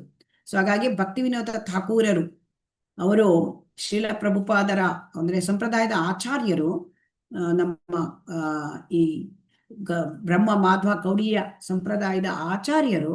ಹಾಗೂ ಅವರು ಏನಂತಂದ್ರೆ ಅವರು ಶ್ರೀಲ ಪ್ರಭುಪಾದರ ಗುರುಗಳು ಶ್ರೀಲ ಭಕ್ತಿ ಸಿದ್ಧಾಂತ ಸರಸ್ವತಿ ಠಾಕೂರ್ ಅವರ ತಂದೆಯವರು ಕೂಡ. ಅವರು ತುಂಬಾ ತುಂಬಾ ಇದನ್ನ ಭಗವಂತನ ಬಗ್ಗೆ ಪ್ರಾರ್ಥನೆಗಳನ್ನು ಕೂಡ ರಚನೆ ಮಾಡಿದ್ದಾರೆ. ಅದರಲ್ಲಿ ಇಲ್ಲಿ ಶರಣಾಗತಿಯ ಪ್ರಾರ್ಥನೆ ತುಂಬಾ ಚೆನ್ನಾಗಿದೆ. ಮಾನಸ ದೇವೋ ಗೇವೋ ಜೋ ಕಿಚು ಮೋರ ಅರ್ಪಿಲು ತುವ ಪದೇ ನಂದ ಕಿಶೋರ. ಮಾನಸ ದೇವೋ ಗೇವೋ ಜೋ ಕಿಚು ಮೋರ ಅರ್ಪಿಲು ತುವ ಪದೇ ನಂದ ಕಿಶೋರ. ಸಂಪದೆ ವಿಪದೆ ಜೀವನೆ ಮರಣೆ दाय ममा गेला तुआ वो पद वरणे. मारो भी राखो भी जो इच्छ तोहरा नित्य दासा प्रति तुआ अधिकार. जन्म वो भी मुईच्छ जदि तोरा भक्त गृहे जनी जन्म उमोरा ಮಾನಸ ದೇಹೋಗೆ ಹೋ ಜೋ ಕಿಚು ಮೋರ ಅರ್ಪಿಲು ತುವ ಪದೇ ನಂದ ಕಿಶೋರ. ಅಂದ್ರೆ ಏನಂದ್ರೆ ಇದ್ರ ಅರ್ಥ ಅಂದ್ರೆ ತುಂಬಾ ಚೆನ್ನಾಗಿದೆ ಇದು, ನಾವು ಅರ್ಥ ಮಾಡ್ಕೊಳ್ಬೇಕು. ನನ್ನ ದೇಹ, ಮನಸ್ಸು, ಕುಟುಂಬ, ನನ್ನದೆಂಬ ಎಲ್ಲವನ್ನು ನಿನಗೆ ಸಮರ್ಪಣೆ ಮಾಡಿದ್ದೇನೆ. ಅಂದ್ರೆ ಎಲ್ಲ ದೇಹ, ಮನಸ್ಸು ನಮ್ಮದೇ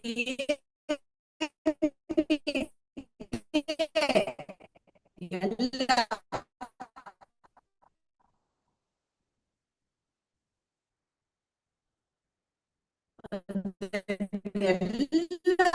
ನನ್ನದೇನಿದೆ ನಿನಗೆ ನಾನು ಅರ್ಪಣೆ ಮಾಡಿದ್ದೇನೆ, ಸರ್ವ ಸಮರ್ಪಣಾ ಭಾವ.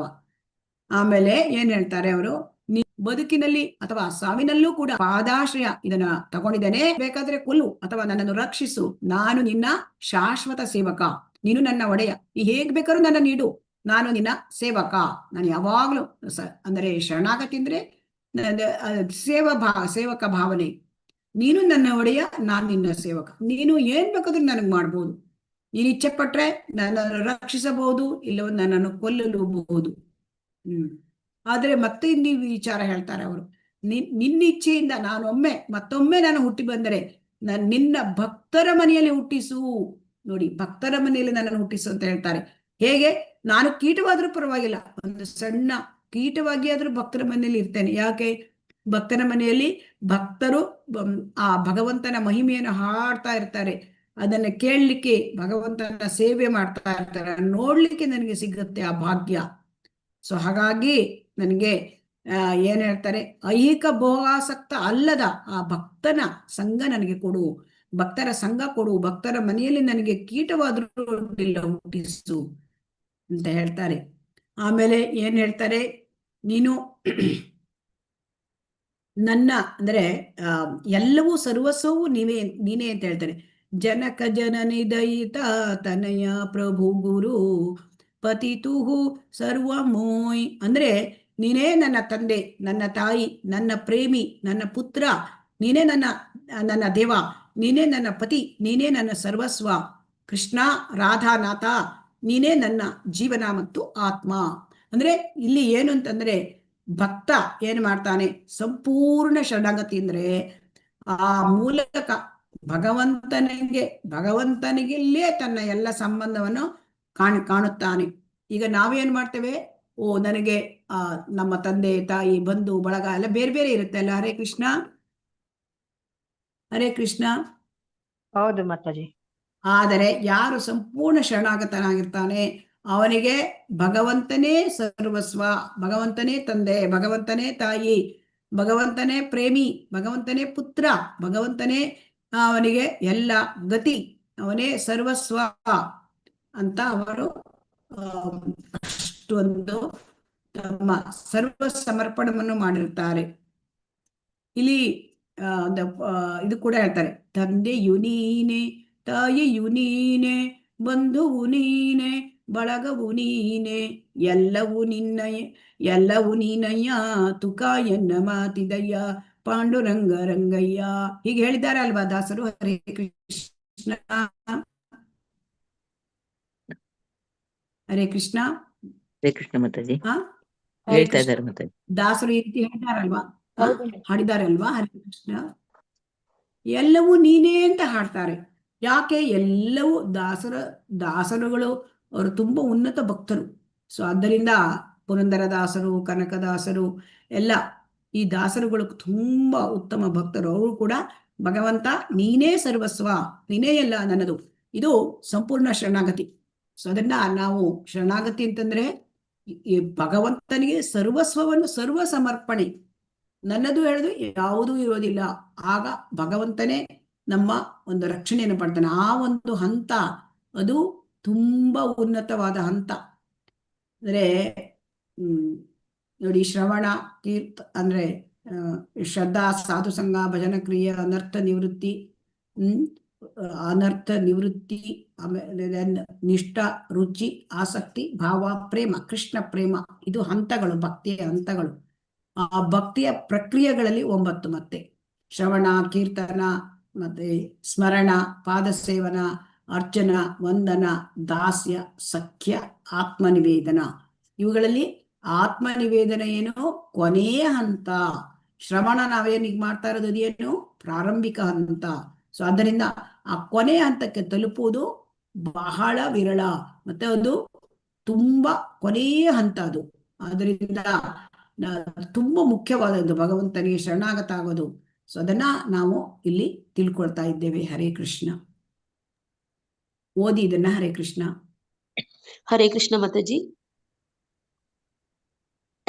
ಓದಿ ಶ್ರೀ ಮಾತಾಜಿ. ಯಮುನಾ ತಮ್ಮ ಪ್ರಾರ್ಥನೆಗಳಲ್ಲಿ ಮೇಲಿನಂತಹವೇ ಭಾವಗಳನ್ನು ಈ ಮಾತುಗಳ ದ್ವಾರ ವ್ಯಕ್ತಪಡಿಸಿದ್ದಾರೆ.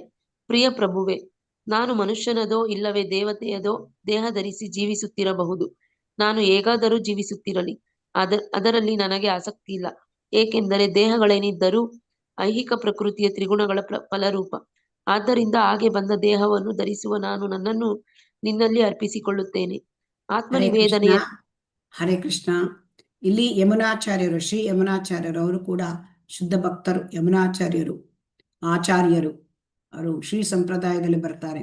ಇಲ್ಲಿ ಏನಾಗತ್ತೆ ಅಂತಂದ್ರೆ, ಅವರು ಏನ್ ಹೇಳ್ತಾರೆ ಅಂತಂದ್ರೆ, ಅವರು ತುಂಬಾ ಒಳ್ಳೆಯ ಪ್ರಾರ್ಥನೆ, ಅಂದ್ರೆ ಸ್ತೋತ್ರ ರತ್ನ ಅಂತ ತುಂಬಾ ಒಳ್ಳೆಯ ಪ್ರಾರ್ಥನೆಗಳನ್ನ ಬರೆದಿದ್ದಾರೆ. Very powerful.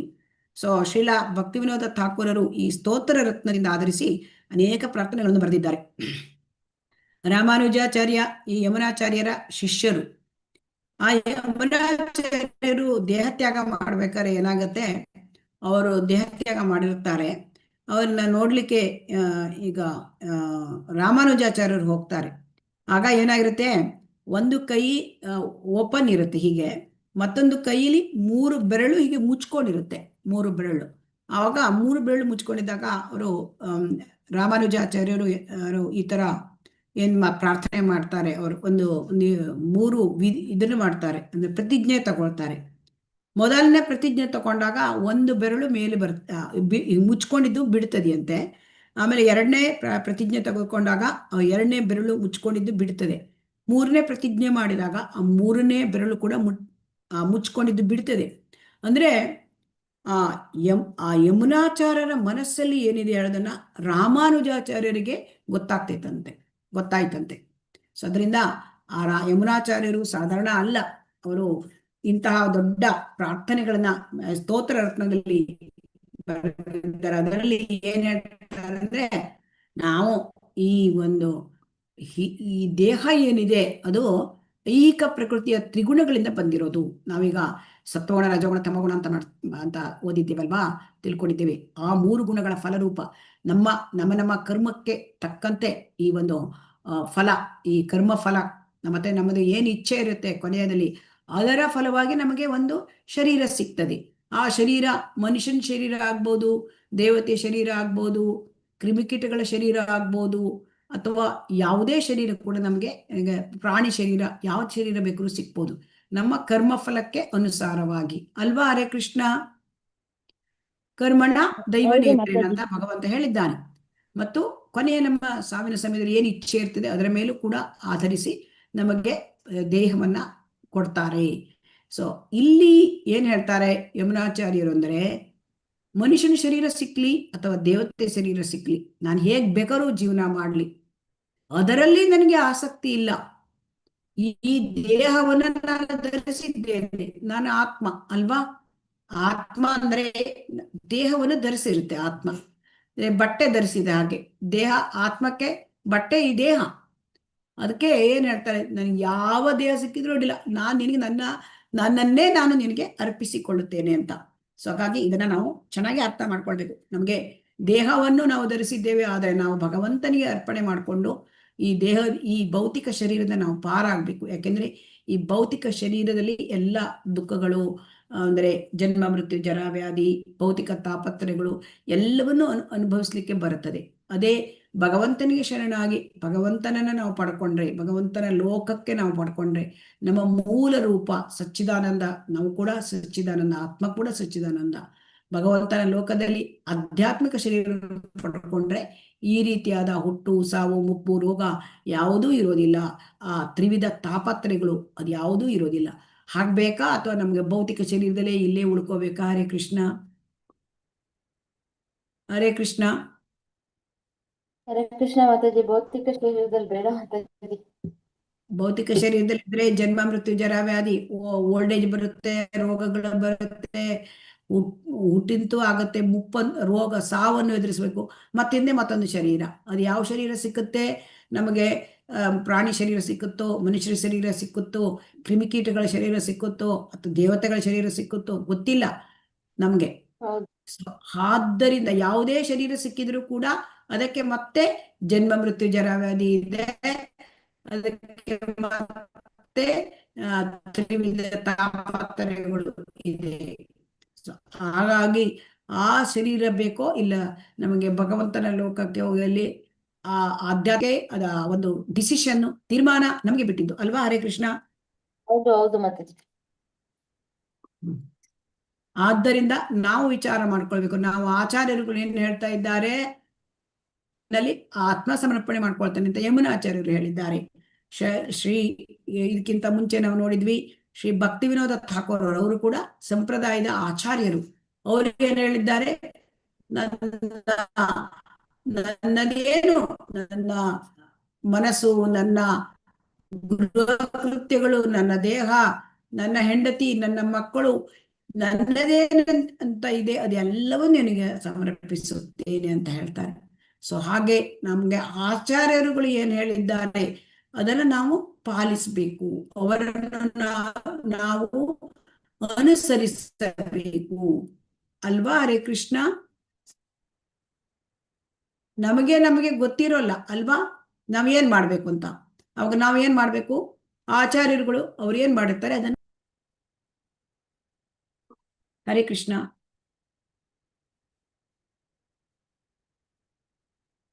ಹರೇ ಕೃಷ್ಣ.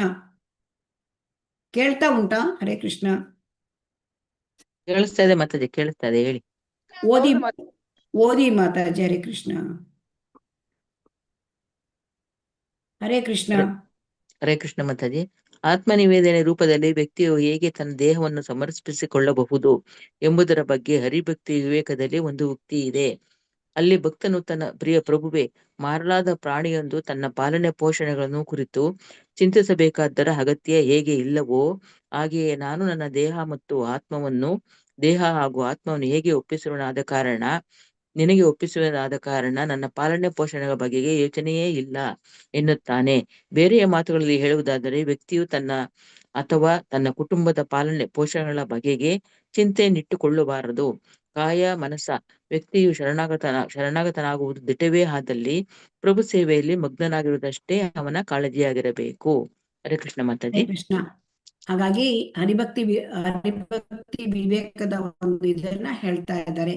ಆತ್ಮನಿವೇದನೆ ರೂಪದಲ್ಲಿ ನಾವು ಹೇಗೆ ದೇಹವನ್ನು ಸಮರ್ಪಿಸಿಕೊಳ್ಳಬಹುದು. ವಾಯ್ಸ್ ಬ್ರೇಕ್ ಆಗ್ತದೆ ಮಾತಾಜಿ. ಇದಕ್ಕೆ ಈಗ ಹರೇ ಕೃಷ್ಣ ಮಾತಾಜಿ. ನೋಡಿ, ಒಂದು ಪ್ರಾಣಿ. ಹರೇ ಕೃಷ್ಣ. ಹರೇ ಕೃಷ್ಣ ಮಾತಾಜಿ.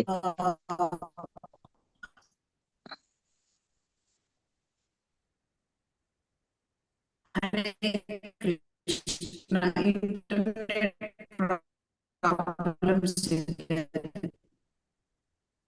ಹರೇ ಕೃಷ್ಣ. Internet problems. ಹರೇ ಕೃಷ್ಣ ಮಾತಾಜಿ, ಏನು ಕೇಳಿಸ್ತಾ ಇಲ್ಲ. ನನಗೆ ಏನು ಮಾಡ್ಲಿಕ್ಕೆ ಆಗೋದಿಲ್ಲ. ಹರೇ ಕೃಷ್ಣ. ಕೇಳ್ತಾ ಉಂಟಾ ಈಗ? ಹರೇ ಕೃಷ್ಣ. ಈಗ ಕೇಳಿಸ್ತದೆ ಮಾತಾಜಿ. ಸ್ವಲ್ಪ ವಾಯ್ಸ್ ಬ್ರೇಕ್ ಆಗ್ತಾ ಇತ್ತು. ಕೃಷ್ಣ ಕೇಳಿಸ್ತದೆ ಮಾತಾಜಿ.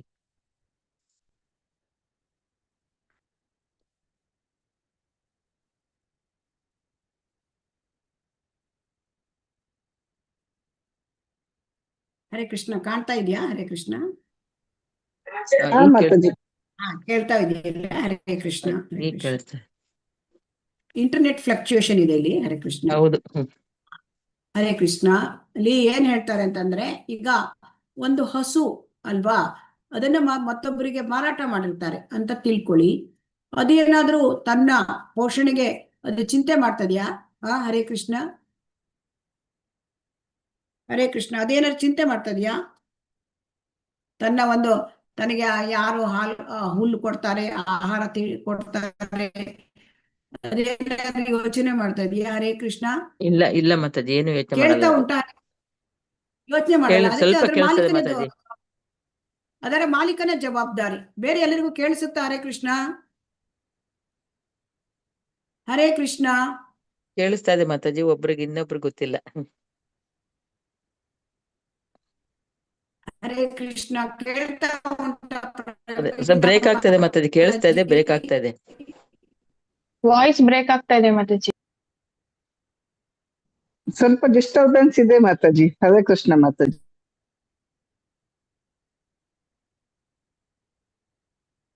ಇಲ್ಲಿ ಇಂಟರ್ನೆಟ್ ಇನ್ಸ್ಟೆಬಿಲಿಟಿ ಇದೆ, ಏನ್ ಮಾಡ್ಲಿಕ್ಕೆ ನಮ್ಗೆ ಆಗ್ತಾ ಇಲ್ಲ. ನೀವು ಎಷ್ಟು ಕೇಳುತ್ತೆ ಕೇಳಿಸ್ಕೊಳ್ಳಿ. ಹರೇ ಕೃಷ್ಣ. ಸೊ ಹಾಗಾಗಿ ಇಲ್ಲಿ ಒಂದು ಯಾವುದೇ ಒಂದು ಪ್ರಾಣಿಯನ್ನ ಮಾರಾಟ ಮಾಡಿದಾಗ ಆ ಪ್ರಾಣಿ ತನ್ನ ಜೀವನದ ಬಗ್ಗೆ, ತನ್ನ ಪಾಲನೆ ಪೋಷಣೆ, ಆಹಾರದ ಬಗ್ಗೆ ಅದು ಯೋಚನೆ ಮಾಡೋದಿಲ್ಲ. ಅದರದ ಸರ್ವರಕ್ಷಣೆಯನ್ನು, ಅದರ ಒಂದು ಪಾಲನೆ ಪೋಷಣೆ ಜವಾಬ್ದಾರಿಯನ್ನು ಅದರ ಮಾಲೀಕ ಹೊತ್ಕೊಂಡಿರ್ತಾನೆ. ಹಾಗೆಯೇ ಯಾವಾಗ ಭಗವಂತನಲ್ಲಿ ನಾವು ಸಮರ್ಪಣೆ, ನಮ್ಮ ಸರ್ವ ಸಮರ್ಪಣೆ ಶರಣಾಗತಿ ಆದಾಗ ನಮ್ಮ ಪಾಲನೆ ಪೋಷಣೆ ಬಗ್ಗೆ ಯೋಚನೆ ಮಾಡುವ ಅಗತ್ಯ ಇರುವುದಿಲ್ಲ ಅಂತ ಇಲ್ಲಿ ಹೇಳ್ತಾರೆ. ಶ್ರೀಲ ಪ್ರಭುಪಾದರು ಹೇಳ್ತಾರೆ. ಅಂದ್ರೆ ಯಾವಾಗ ಆತ್ಮ ಸಮರ್ಪಣೆ ಮಾಡಿರ್ತಾರೆ, ಆತ್ಮನಿವೇದನೆ ಮಾಡಿಕೊಂಡಿರ್ತಾರೆ, ಆ ವ್ಯಕ್ತಿ ತನ್ನ ಕುಟುಂಬ, ತನ್ನ ಒಂದು ಪಾಲನೆ ಪೋಷಣೆ ಇದ್ರ ಬಗ್ಗೆ ಚಿಂತೆ ಇಡಬಾರ್ದು. ಅವನಕ್ಕೂ ಭಗವಂತನ ಸೇವೆಯಲ್ಲಿ ಅವನಿಗೆ ನಾನು ಮಗ್ನನಾಗಿರ್ಬೇಕು, ಇದೇ ಅವನ ಕಾಳಜಿ ಆಗಿರ್ಬೇಕು. ಕಾಯ ಮನಸ್ಸ ವ್ಯಕ್ತಿ ಶರಣಾಗತನಾದಾಗ ಅವನ ಕೆಲಸ ಭಗವಂತನ ಭಕ್ತಿ ಸೇವೆಯಲ್ಲಿ ನಿರತನಾಗುವುದು. ಅದು ಬಿಟ್ಟು ಬೇರೆ ಯೋಚನೆ ಇರಬಾರ್ದು ಅಂತ ಹೇಳ್ತಾ ಇದ್ದಾರೆ. ಹರೇ ಕೃಷ್ಣ. ಕೇಳ್ತಾ ಉಂಟಾ? ಹರೇ ಕೃಷ್ಣ. ಹರೇ ಕೃಷ್ಣ. ಕೇಳಿಸ್ತಾ ಇದೆ. ಹರೇ ಕೃಷ್ಣ. ಆಮೇಲೆ ಭಗವದ್ಗೀತೆಯಲ್ಲಿ ಯೋಗಕ್ಷೇಮಂ ವಹಾಮ್ಯಹಂ ಅಂತ ಹೇಳಿದ್ದಾರೆ. ಈ ಯೋಗಕ್ಷೇಮಂ ವಹಾಮ್ಯಹಂ ಅಂದ್ರೆ ಇಲ್ಲಿ ಏನ್ ಅರ್ಥ ಅಂತಂದ್ರೆ, ಯಾವಾಗ್ಲೂ ಈಗ ತಾಯಿ ತನ್ನ ಹುಟ್ಟಿದ ಮಗುವನ್ನ ಬಿಟ್ಟು ಎಲ್ಲಾದ್ರೂ ಹೋಗ್ತಾಳ? ಹರೇ ಕೃಷ್ಣ. ಇಲ್ಲ ಮಾತಾಜಿ. ಇಲ್ಲ ಮಾತಾಜಿ. ಅಷ್ಟೇ ಹುಟ್ಟಿದೆ ಬಿಟ್ಟು ಹೋಗ್ತಾಳ? ಆ ತರನೇ ಭಗವಂತನು ಕೂಡ ಈಗ ಆ ಭಕ್ತ ಯಾವಾಗ ಶರಣಾಗತನಾಗ್ತಾನೆ, ಭಗವಂತ ಆ ರೀತಿ ನಮ್ಮನ್ನ ಕಾಪಾಡ್ತಾರೆ. ತಾಯಿ ಮಗುವನ್ನು ಹೇಗೆ ಕಾಪಾಡ್ತಾಳೆ ಹಾಗೆ ಅಲ್ವಾ? ಹರೇ ಕೃಷ್ಣ. ಅಂದ್ರೆ ಯೋಗಕ್ಷೇಮಂ ವಹಾಮ್ಯಹಂ ಅಂತ ಹೇಳಿದ್ದಾನೆ. ಅಂದ್ರೆ ಯಾವಾಗ ಭಕ್ತ ಭಗವಂತನ ಶರಣ ಆಗ್ತಾನ, ಅವಾಗ ಭಗವಂತ ಅವನಲ್ಲಿ ಇಲ್ಲದಿರೋದನ್ನ, ಅವನಲ್ಲಿ ಇದ್ದಿರೋದನ್ನ ಕಾಪಾಡ್ತಾನೆ, ಇಲ್ಲದೆ ಇರೋದನ್ನ ಕೊಡ್ತಾನೆ. ಸೊ ಇದು ಏನಂತಂದ್ರೆ, ಯಾವುದು ಆಧ್ಯಾತ್ಮಿಕ ಅವನಲ್ಲಿ ಎಷ್ಟು ಇರೋದಿಲ್ಲ ಅದನ್ನ ಅವನು ಕೊಡ್ತಾನೆ, ಏನಿದೆ ಅವನ ಹತ್ರ ಸಾಧನೆ ಅದನ್ನ ಅವನು ಕಾಪಾಡ್ತಾನೆ. ಇಲ್ಲಿ ಒಂದು ಈ ಯೋಗಕ್ಷೇಮಂ ವಹಾಮ್ಯಹಂ ಇದಕ್ಕೊಂದು ಕತೆ ಇದೆ. ಅಂದ್ರೆ ರಿಯಲ್ ಸ್ಟೋರಿ ಅದು. ಅಲ್ಲಿ ಒಬ್ಬ ಆಚಾರ್ಯರು ಇರ್ತಾರೆ, ಗುರುಗಳಿರ್ತಾರೆ ಒಂದು ಊರಲ್ಲಿ. ಅವರಿಗೆ ಭಗವಂತನಲ್ಲಿ ಅಪಾರ ನಂಬಿಕೆ ಮತ್ತೆ ಭಕ್ತಿ ಇತ್ತು. ಕೃಷ್ಣ ಅವನ ಆರಾಧ್ಯ ದೈವ ಆಗಿದ್ದ. ಸೊ ಅವನಿಗೆ ಆ ಆಚಾರ್ಯರಿಗೆ ಗುರುಕುಲದಲ್ಲಿ, ಅವರ ಮನೆಯೇ ಗುರುಕುಲ ಆಗಿತ್ತು. ವಿದ್ಯಾರ್ಥಿಗಳ ಜವಾಬ್ದಾರಿ ಕೂಡ ಅಲ್ಲಿ ಅವರ ಪತ್ನಿಗೆ ಇತ್ತು. ಸೊ ಹಾಗಾಗಿ ಆಚಾರ್ಯರಿಗೆ ಅವರಿಗೆ ಬಡತನ, ಅಂದ್ರೆ ಅವರು ಭಗವಂತನ ಒಂದು ಗುರುಕುಲ ನಡೆಸ್ತಿದ್ರು. ಸೊ ಹಾಗಾಗಿ ಅವರಿಗೆ ಏನೂ ಕೂಡ ಅಂದರೆ ಸಿಕ್ಕ ಯಾವ್ದಾದ್ರು ಸಹಾಯದಿಂದ ಅವರು ಜೀವನ ಮಾಡ್ತಾ ಇದ್ರು. ಮತ್ತೆ ಭಗವದ್ಗೀತೆ ಬಹಳ ಪ್ರೀತಿ. ಅನನ್ಯಾಶ್ಚಿಂತೆಯಂತೋ ಮಾಮ್ಯೇ ಜನಾಃ ಪರ್ಯುಪಾಸತೆ ತೇಷಾಂ ನಿತ್ಯಾಭಿಯುಕ್ತಾನಾಂ ಯೋಗಕ್ಷೇಮಂ ವಹಾಮ್ಯಹಂ. ಅದರಿಂದ ಈಗ ಇತರವಾದ ಪರಿಸ್ಥಿತಿ ಅಂದ್ರೆ ಭಕ್ತಿಯಿಂದ ನಾವು ಬೇಡ್ಕೊಳ್ಳೋದು ಮಾತ್ರ ನಾವು, ಆದರೆ ಆ ಬೇಕು ಬೇಡ ಇದನ್ನು ನೋಡ್ಕೊಳ್ಳುವವನು ಭಗವಂತ. ಇದು ಆಚಾರ್ಯರಿಗೆ ಯಾವಾಗಲೂ ಈ ಒಂದು ಮನೋಭಾವದಲ್ಲೇ ಇರ್ತಾರೆ. ಒಂದ್ ದಿವಸ ಆಚಾರ್ಯರ ಹೆಂಡತಿ ಹೇಳ್ತಾಳೆ, ಅಂದ್ರೆ ಅವ್ರ ಮನೆಯಲ್ಲಿ ಒಂದು ಅಕ್ಕಿ ಕಾಳಿಲ್ಲ, ಬಿಡಿ ಕಾಸಿಲ್ಲ, ಈಗ ಈ ತರ ಆಗೋಗಿದೆ, ಮಕ್ಕಳ ಊಟ, ಅಲ್ಲೆಲ್ಲ ಶಿಷ್ಯರಿದ್ದಾರೆ, ಮಕ್ಕಳಿದ್ದಾರೆ, ಅವರಿಗೆ ನಾನು ಏನ್ ಮಾಡೋದು ಅಂತ ಸ್ವಲ್ಪ ಅಂಗಡಿಯಿಂದ ಸಾಲ ತಗೊಂಡು ಬನ್ನಿ ಅಂತ ಹೇಳ್ತಾರೆ. ಆದರೆ ಆಚಾರ್ಯರು ಅವರು ಯಾವತ್ತೂ ಬೇರೆಯವರ ಹತ್ರ ಒಂದು ಕೈ ಚಾಚಿಲ್ಲ. ಅದು ಆಮೇಲೆ ಕೋಣೆಗೆ ಹೋಗಿ ಕೃಷ್ಣಮೂರ್ತಿಯ ಮುಂದೆ ಕುಳಿತು ಅವರು ಪ್ರಾರ್ಥನೆ ಮಾಡ್ತಾರೆ. ಮತ್ತು ಭಗವದ್ಗೀತೆಯ 9ನೇ ಅಧ್ಯಾಯದಲ್ಲಿ ಯೋಗಕ್ಷೇಮಂ ವಹಾಮ್ಯಹಂ ಆ ಶ್ಲೋಕವನ್ನ ಅನೇಕ ಬಾರಿ ಓದ್ತಾರೆ. ಕಣ್ಣಲ್ಲಿ ನೀರು ಬರ್ತದೆ. ಕೃಷ್ಣ, ಇಷ್ಟು ದಿವಸ ನೀನು ನನ್ನನ್ನು ಕಾಪಾಡಿದೆ, ಈಗ ನನ್ನನ್ನು ಕೈ ಬಿಟ್ಟೆಯಾ ಈಗ ಅಂತ ಕೇಳ್ತಾರೆ. ನಿನ್ನ ವಾಗ್ದಾನ, ನಾನು ನಿನ್ನನ್ನ ರಕ್ಷಿಸ್ತೇನೆ ಅಂತ ನೀನು ಭಕ್ತರಿಗೆ ಹೇಳಿದ್ದೀಯಾ, ಅದನ್ನು ನೀನು ವಾಗ್ದಾನ ಮಾಡಿದ್ದೀಯಾ. ಯೋಗಕ್ಷೇಮಂ ವಹಾಮ್ಯಹಂ ಅದು ನಿಂಗೆ ಮರೆತು ಹೋಯ್ತಾ ಅಂತ ಹೇಳಿದ್ರು. ಆಮೇಲೆ ಒಂದು ಪೆನ್ ತಗೊಂಡು ಅವರು ತಕ್ಷಣ ಅವ್ರಿಗೆ ಏನೋ ಸಹನ ತಪ್ಪಿ ಹೋಯ್ತಂತೆ. ಆಮೇಲೆ ಯೋಗಕ್ಷೇಮಂ ವಹಾಮ್ಯಹಂ ಆ ಶ್ಲೋಕವನ್ನ ಅವರು ಗೀಚಿ ಬಿಟ್ರು, ಅಂದ್ರೆ ಅದ್ರ ಮೇಲೆ ಒಂದು ಗೆರೆ ಹೊಡೆದು ಅದನ್ನ ಕಟ್ ಮಾಡ್ಬಿಟ್ರು. ಸೊ ಅವಾಗ ಮತ್ತೆ ಮನೆಯಿಂದ ಹೋದ್ರು ಅವರು. ಅಂಗಡಿ ಹತ್ರ ಹೋಗಿ ನೀವು ಏನಾದ್ರು ಸಾಮಾನ್ ತನ್ನಿ, ಸಾಲ ಮಾಡಿರೋ ಸಾಮಾನ್ ತನ್ನಿ ಅಂತ ಹೇಳಿದ್ಲು ಹೆಂಡತಿ. ಆದ್ರೆ ಅವರಿಗೆ ಅಂಗಡಿ ಮುಂದೆ ಹೋಗುವಾಗ ಅವರಿಗೆ ಅದನ್ನ ಅಂಗಡಿಯ ಸಾಹುಕಾರ ಹೇಳ್ತಾನೆ, ನಿಮ್ಗೆ ಏನಾದ್ರು ಸಾಮಾನ್ ಬೇಕಾ ತಕೊಂಡೋಗಿ ನಾನು ಆಮೇಲೆ ಕೊಡಿ, ನೀವು ಅಡ್ಡಿಲ್ಲ ಪರವಾಗಿಲ್ಲ ಅಂತ ಹೇಳಿದ್ರೆ. ಆದ್ರೆ ಅವ್ರು ಕೇಳುವುದೇ ಇಲ್ಲ. ನಮ್ಮ ಮನೆ ಒಳಗೆ ಎಲ್ಲ ಸರಿ ಇದೆ, ಎಲ್ಲ ಬೇಕಾದ್ದೆಲ್ಲ ಇದೆ ಅಂತ ಮುಂದೆ ಹೋಗ್ತಾರೆ. ಮುಂದೆ ಹೋಗಿ ಆ ಊರಲ್ಲಿ ಕೃಷ್ಣ ದೇವಸ್ಥಾನದಲ್ಲಿ ಭಗವಂತನ ಮೂರ್ತಿ ಮುಂದೆ ಕುಳಿತುಕೋತಾರೆ. ಕೃಷ್ಣ, ಎಂತ ದುಸ್ಥಿತಿ ಮನೆ ಒಳಗೆ ಇದೇನ, ನಿನ್ನ ಒಂದು ವಾಗ್ದಾನ ನೀನು ಕೊಟ್ಟಿದ್ದು ಯೋಗಕ್ಷೇಮಂ ಮಹಾಮ್ಯಹಂ ಅಂತ ತುಂಬಾ ಅವ್ರ ಮನಸ್ಸು ಕಣ್ಣಲ್ಲಿ ನೀರೇ ಬಂತಂತೆ. ಆಮೇಲೆ ಮತ್ತೆ ಎಚ್ಚರ ಆಯಿತು. ಎಚ್ಚರ ಆದಾಗ ಅವರಿಗೆ ಸಂಜೆ ಆಗೋಗ್ಬಿಟ್ಟಿತ್ತು. ನೀವು ಮಕ್ಕಳೆಲ್ಲ ಹಸುವಿಂದ ಇರ್ಬೋದು ಅಂತ ಮನೆಗೆ ಓಡೋಡಿ ಹೋದ್ರು. ಅಲ್ಲಿ ನೋಡಿದ್ರೆ ಅವರಿಗೆ ಅವರ ವಿದ್ಯಾರ್ಥಿಗಳು ಆಟ ಆಡ್ತಾ ಇದ್ದಾರೆ. ಅಡ್ಗೆ ಮನೆ ಒಳಗೆಲ್ಲ ಒಳ್ಳೆ ಸುವಾಸನೆ ಬರ್ತಾ ಇದೆ. ಇದು ಏನಿದು ಆಶ್ಚರ್ಯ ಅಂದ್ರೆ ಅವಾಗ ಹೆಂಡತಿ ಹೇಳ್ತಾಳೆ, ನಿನಗೆ ಅಂದ್ರೆ ನಾನೇ ಅಡಿಗೆ ಮಾಡಿ, ನೀವು ಬರ್ಲಿಲ್ಲ ಬಹಳ ಹೊತ್ತಾಯ್ತು, ನಾ ಅಡಿಗೆ ಮಾಡಿ ಎಲ್ಲ ಮಕ್ಕಳಿಗೆ ಬಡಿಸಿದ್ದೇನೆ ನಾನು. ಅದಕ್ಕೆ ಅವರು ಆಚಾರ್ಯರು ಕೇಳ್ತಾರೆ, ಸಾಮಾನ್ಯ ಎಲ್ಲಿಂದ ಬಂತು ನಿನಗೆ? ಅರೆ ಅಂಗಡಿಯವನು ಕಳಿಸಿದ್ನಲ್ವಾ, ಅದನ್ನು ನೀವು ಹೇಳಿದ್ರಲ್ಲ ನನಗೆ ಅಂತ ಹೇಳ್ತಾಳೆ ಅವಳು. ಆದರೆ ಅಂಗಡಿ ಹುಡುಗ ಅಂದ್ರೆ ಅಲ್ಲಿ 2 ಜನ ಬಂದಿರ್ತಾರೆ ಸಾಮಾನು ತಗೊಂಡು. ಅವನು ನೋಡ್ತಾರೆ. ಅವಳು ಹೇಳ್ತಾಳೆ, ನೀವು ಅಂಗಡಿಯಲ್ಲಿದ್ದ ಹುಡುಗರಿಗೆಲ್ಲ ನಿಕ್ಕೆ ಯಾರು ಸಾಮಾನು ಕಳಿಸಿದ್ದೀರಿ, ಅವರಿಗೆ ತುಂಬಾ ಏನೋ ನೀವು ಬಾಯಿ ಏನೋ ಮಾಡಿದ್ದೀರಿ ನೀವು, ಅದಕ್ಕೆ ಅವರಿಗೆ ಹೊಡೆದಿದ್ದೀರಿ ನೀವು ಕಾಣುತ್ತೆ ಅವಾಗ ಬಾಯಲ್ಲಿ ರಕ್ತ ಬರ್ತಾ ಇತ್ತು ಅವ್ರದ್ದು. ಆಗ ಹೇಳ್ತಾಳೆ, ನಾನು ಸಾಮಾನೇ ಕಳಿಸಿಲ್ಲ, ನಾನು ಏನು ಮಾಡಿಲ್ಲ. ಆಗ ಅವನಿಗೆ ಅರ್ಥ ಆಯ್ತು, ಭಗವಂತನೇ ಅಂದ್ರೆ ಭಗವಂತನೇ ಆ ಒಂದು ಮಕ್ಕಳ ರೂಪದಲ್ಲಿ, ಹುಡುಗನ ರೂಪದಲ್ಲಿ, ಅಂಗಡಿ ಹುಡುಗನ ರೂಪದಲ್ಲಿ ಬಂದು ವಸ್ತುಗಳನ್ನೆಲ್ಲ, ಮನೆಗೆ ಬೇಕಾದ ಅಡಿಗೆಗೆ ಬೇಕಾದ ಸಾಮಗ್ರಿಯನ್ನ ಕಳಿಸಿದ್ದಾನೆ ಅಂತ. ಆವಾಗ ತುಂಬಾ ಅವರಿಗೆ ಇದಾಯ್ತು. ಓಹೋ, ಆಶ್ಚರ್ಯವಾಯ್ತು ಅವರಿಗೆ. ಮೈಯೆಲ್ಲ ಒಂಥರ ವಿದ್ಯುತ್ ಸಂಚಾರ ಆದಾಗ ಆಯ್ತು. ಆಮೇಲೆ ಬೇಗ ಪೂಜಾ ಕೋಣೆಗೆ ಹೋಗಿ ಕೃಷ್ಣ ಮುಂದೆ ತೆಗೆದು ಆ ಭಗವದ್ಗೀತೆಯಲ್ಲಿ ಬರೆದ ಯೋಗಕ್ಷೇಮಂ ವಹಾಮ್ಯಹಂ ಆ ಪುಸ್ತಕದ ಆ ಪುಟ ತೆಗೆದ್ರೆ ಅಲ್ಲಿ ಅವರು ಲೇಖನಿಯಿಂದ ಗೀಚಿದ ಜಾಗದಲ್ಲಿ ಅವರಿಗೆ ರಕ್ತದ ಕಲೆ ಕಾಣ್ತಂತೆ. ಸೊ ಅವರಿಗೆ ತಕ್ಷಣ ಅರ್ಥ ಆಯ್ತು, ಭಗವಂತನೇ ಇಲ್ಲಿ ಬಂದಿದ್ದಾನೆ ತನಗೆ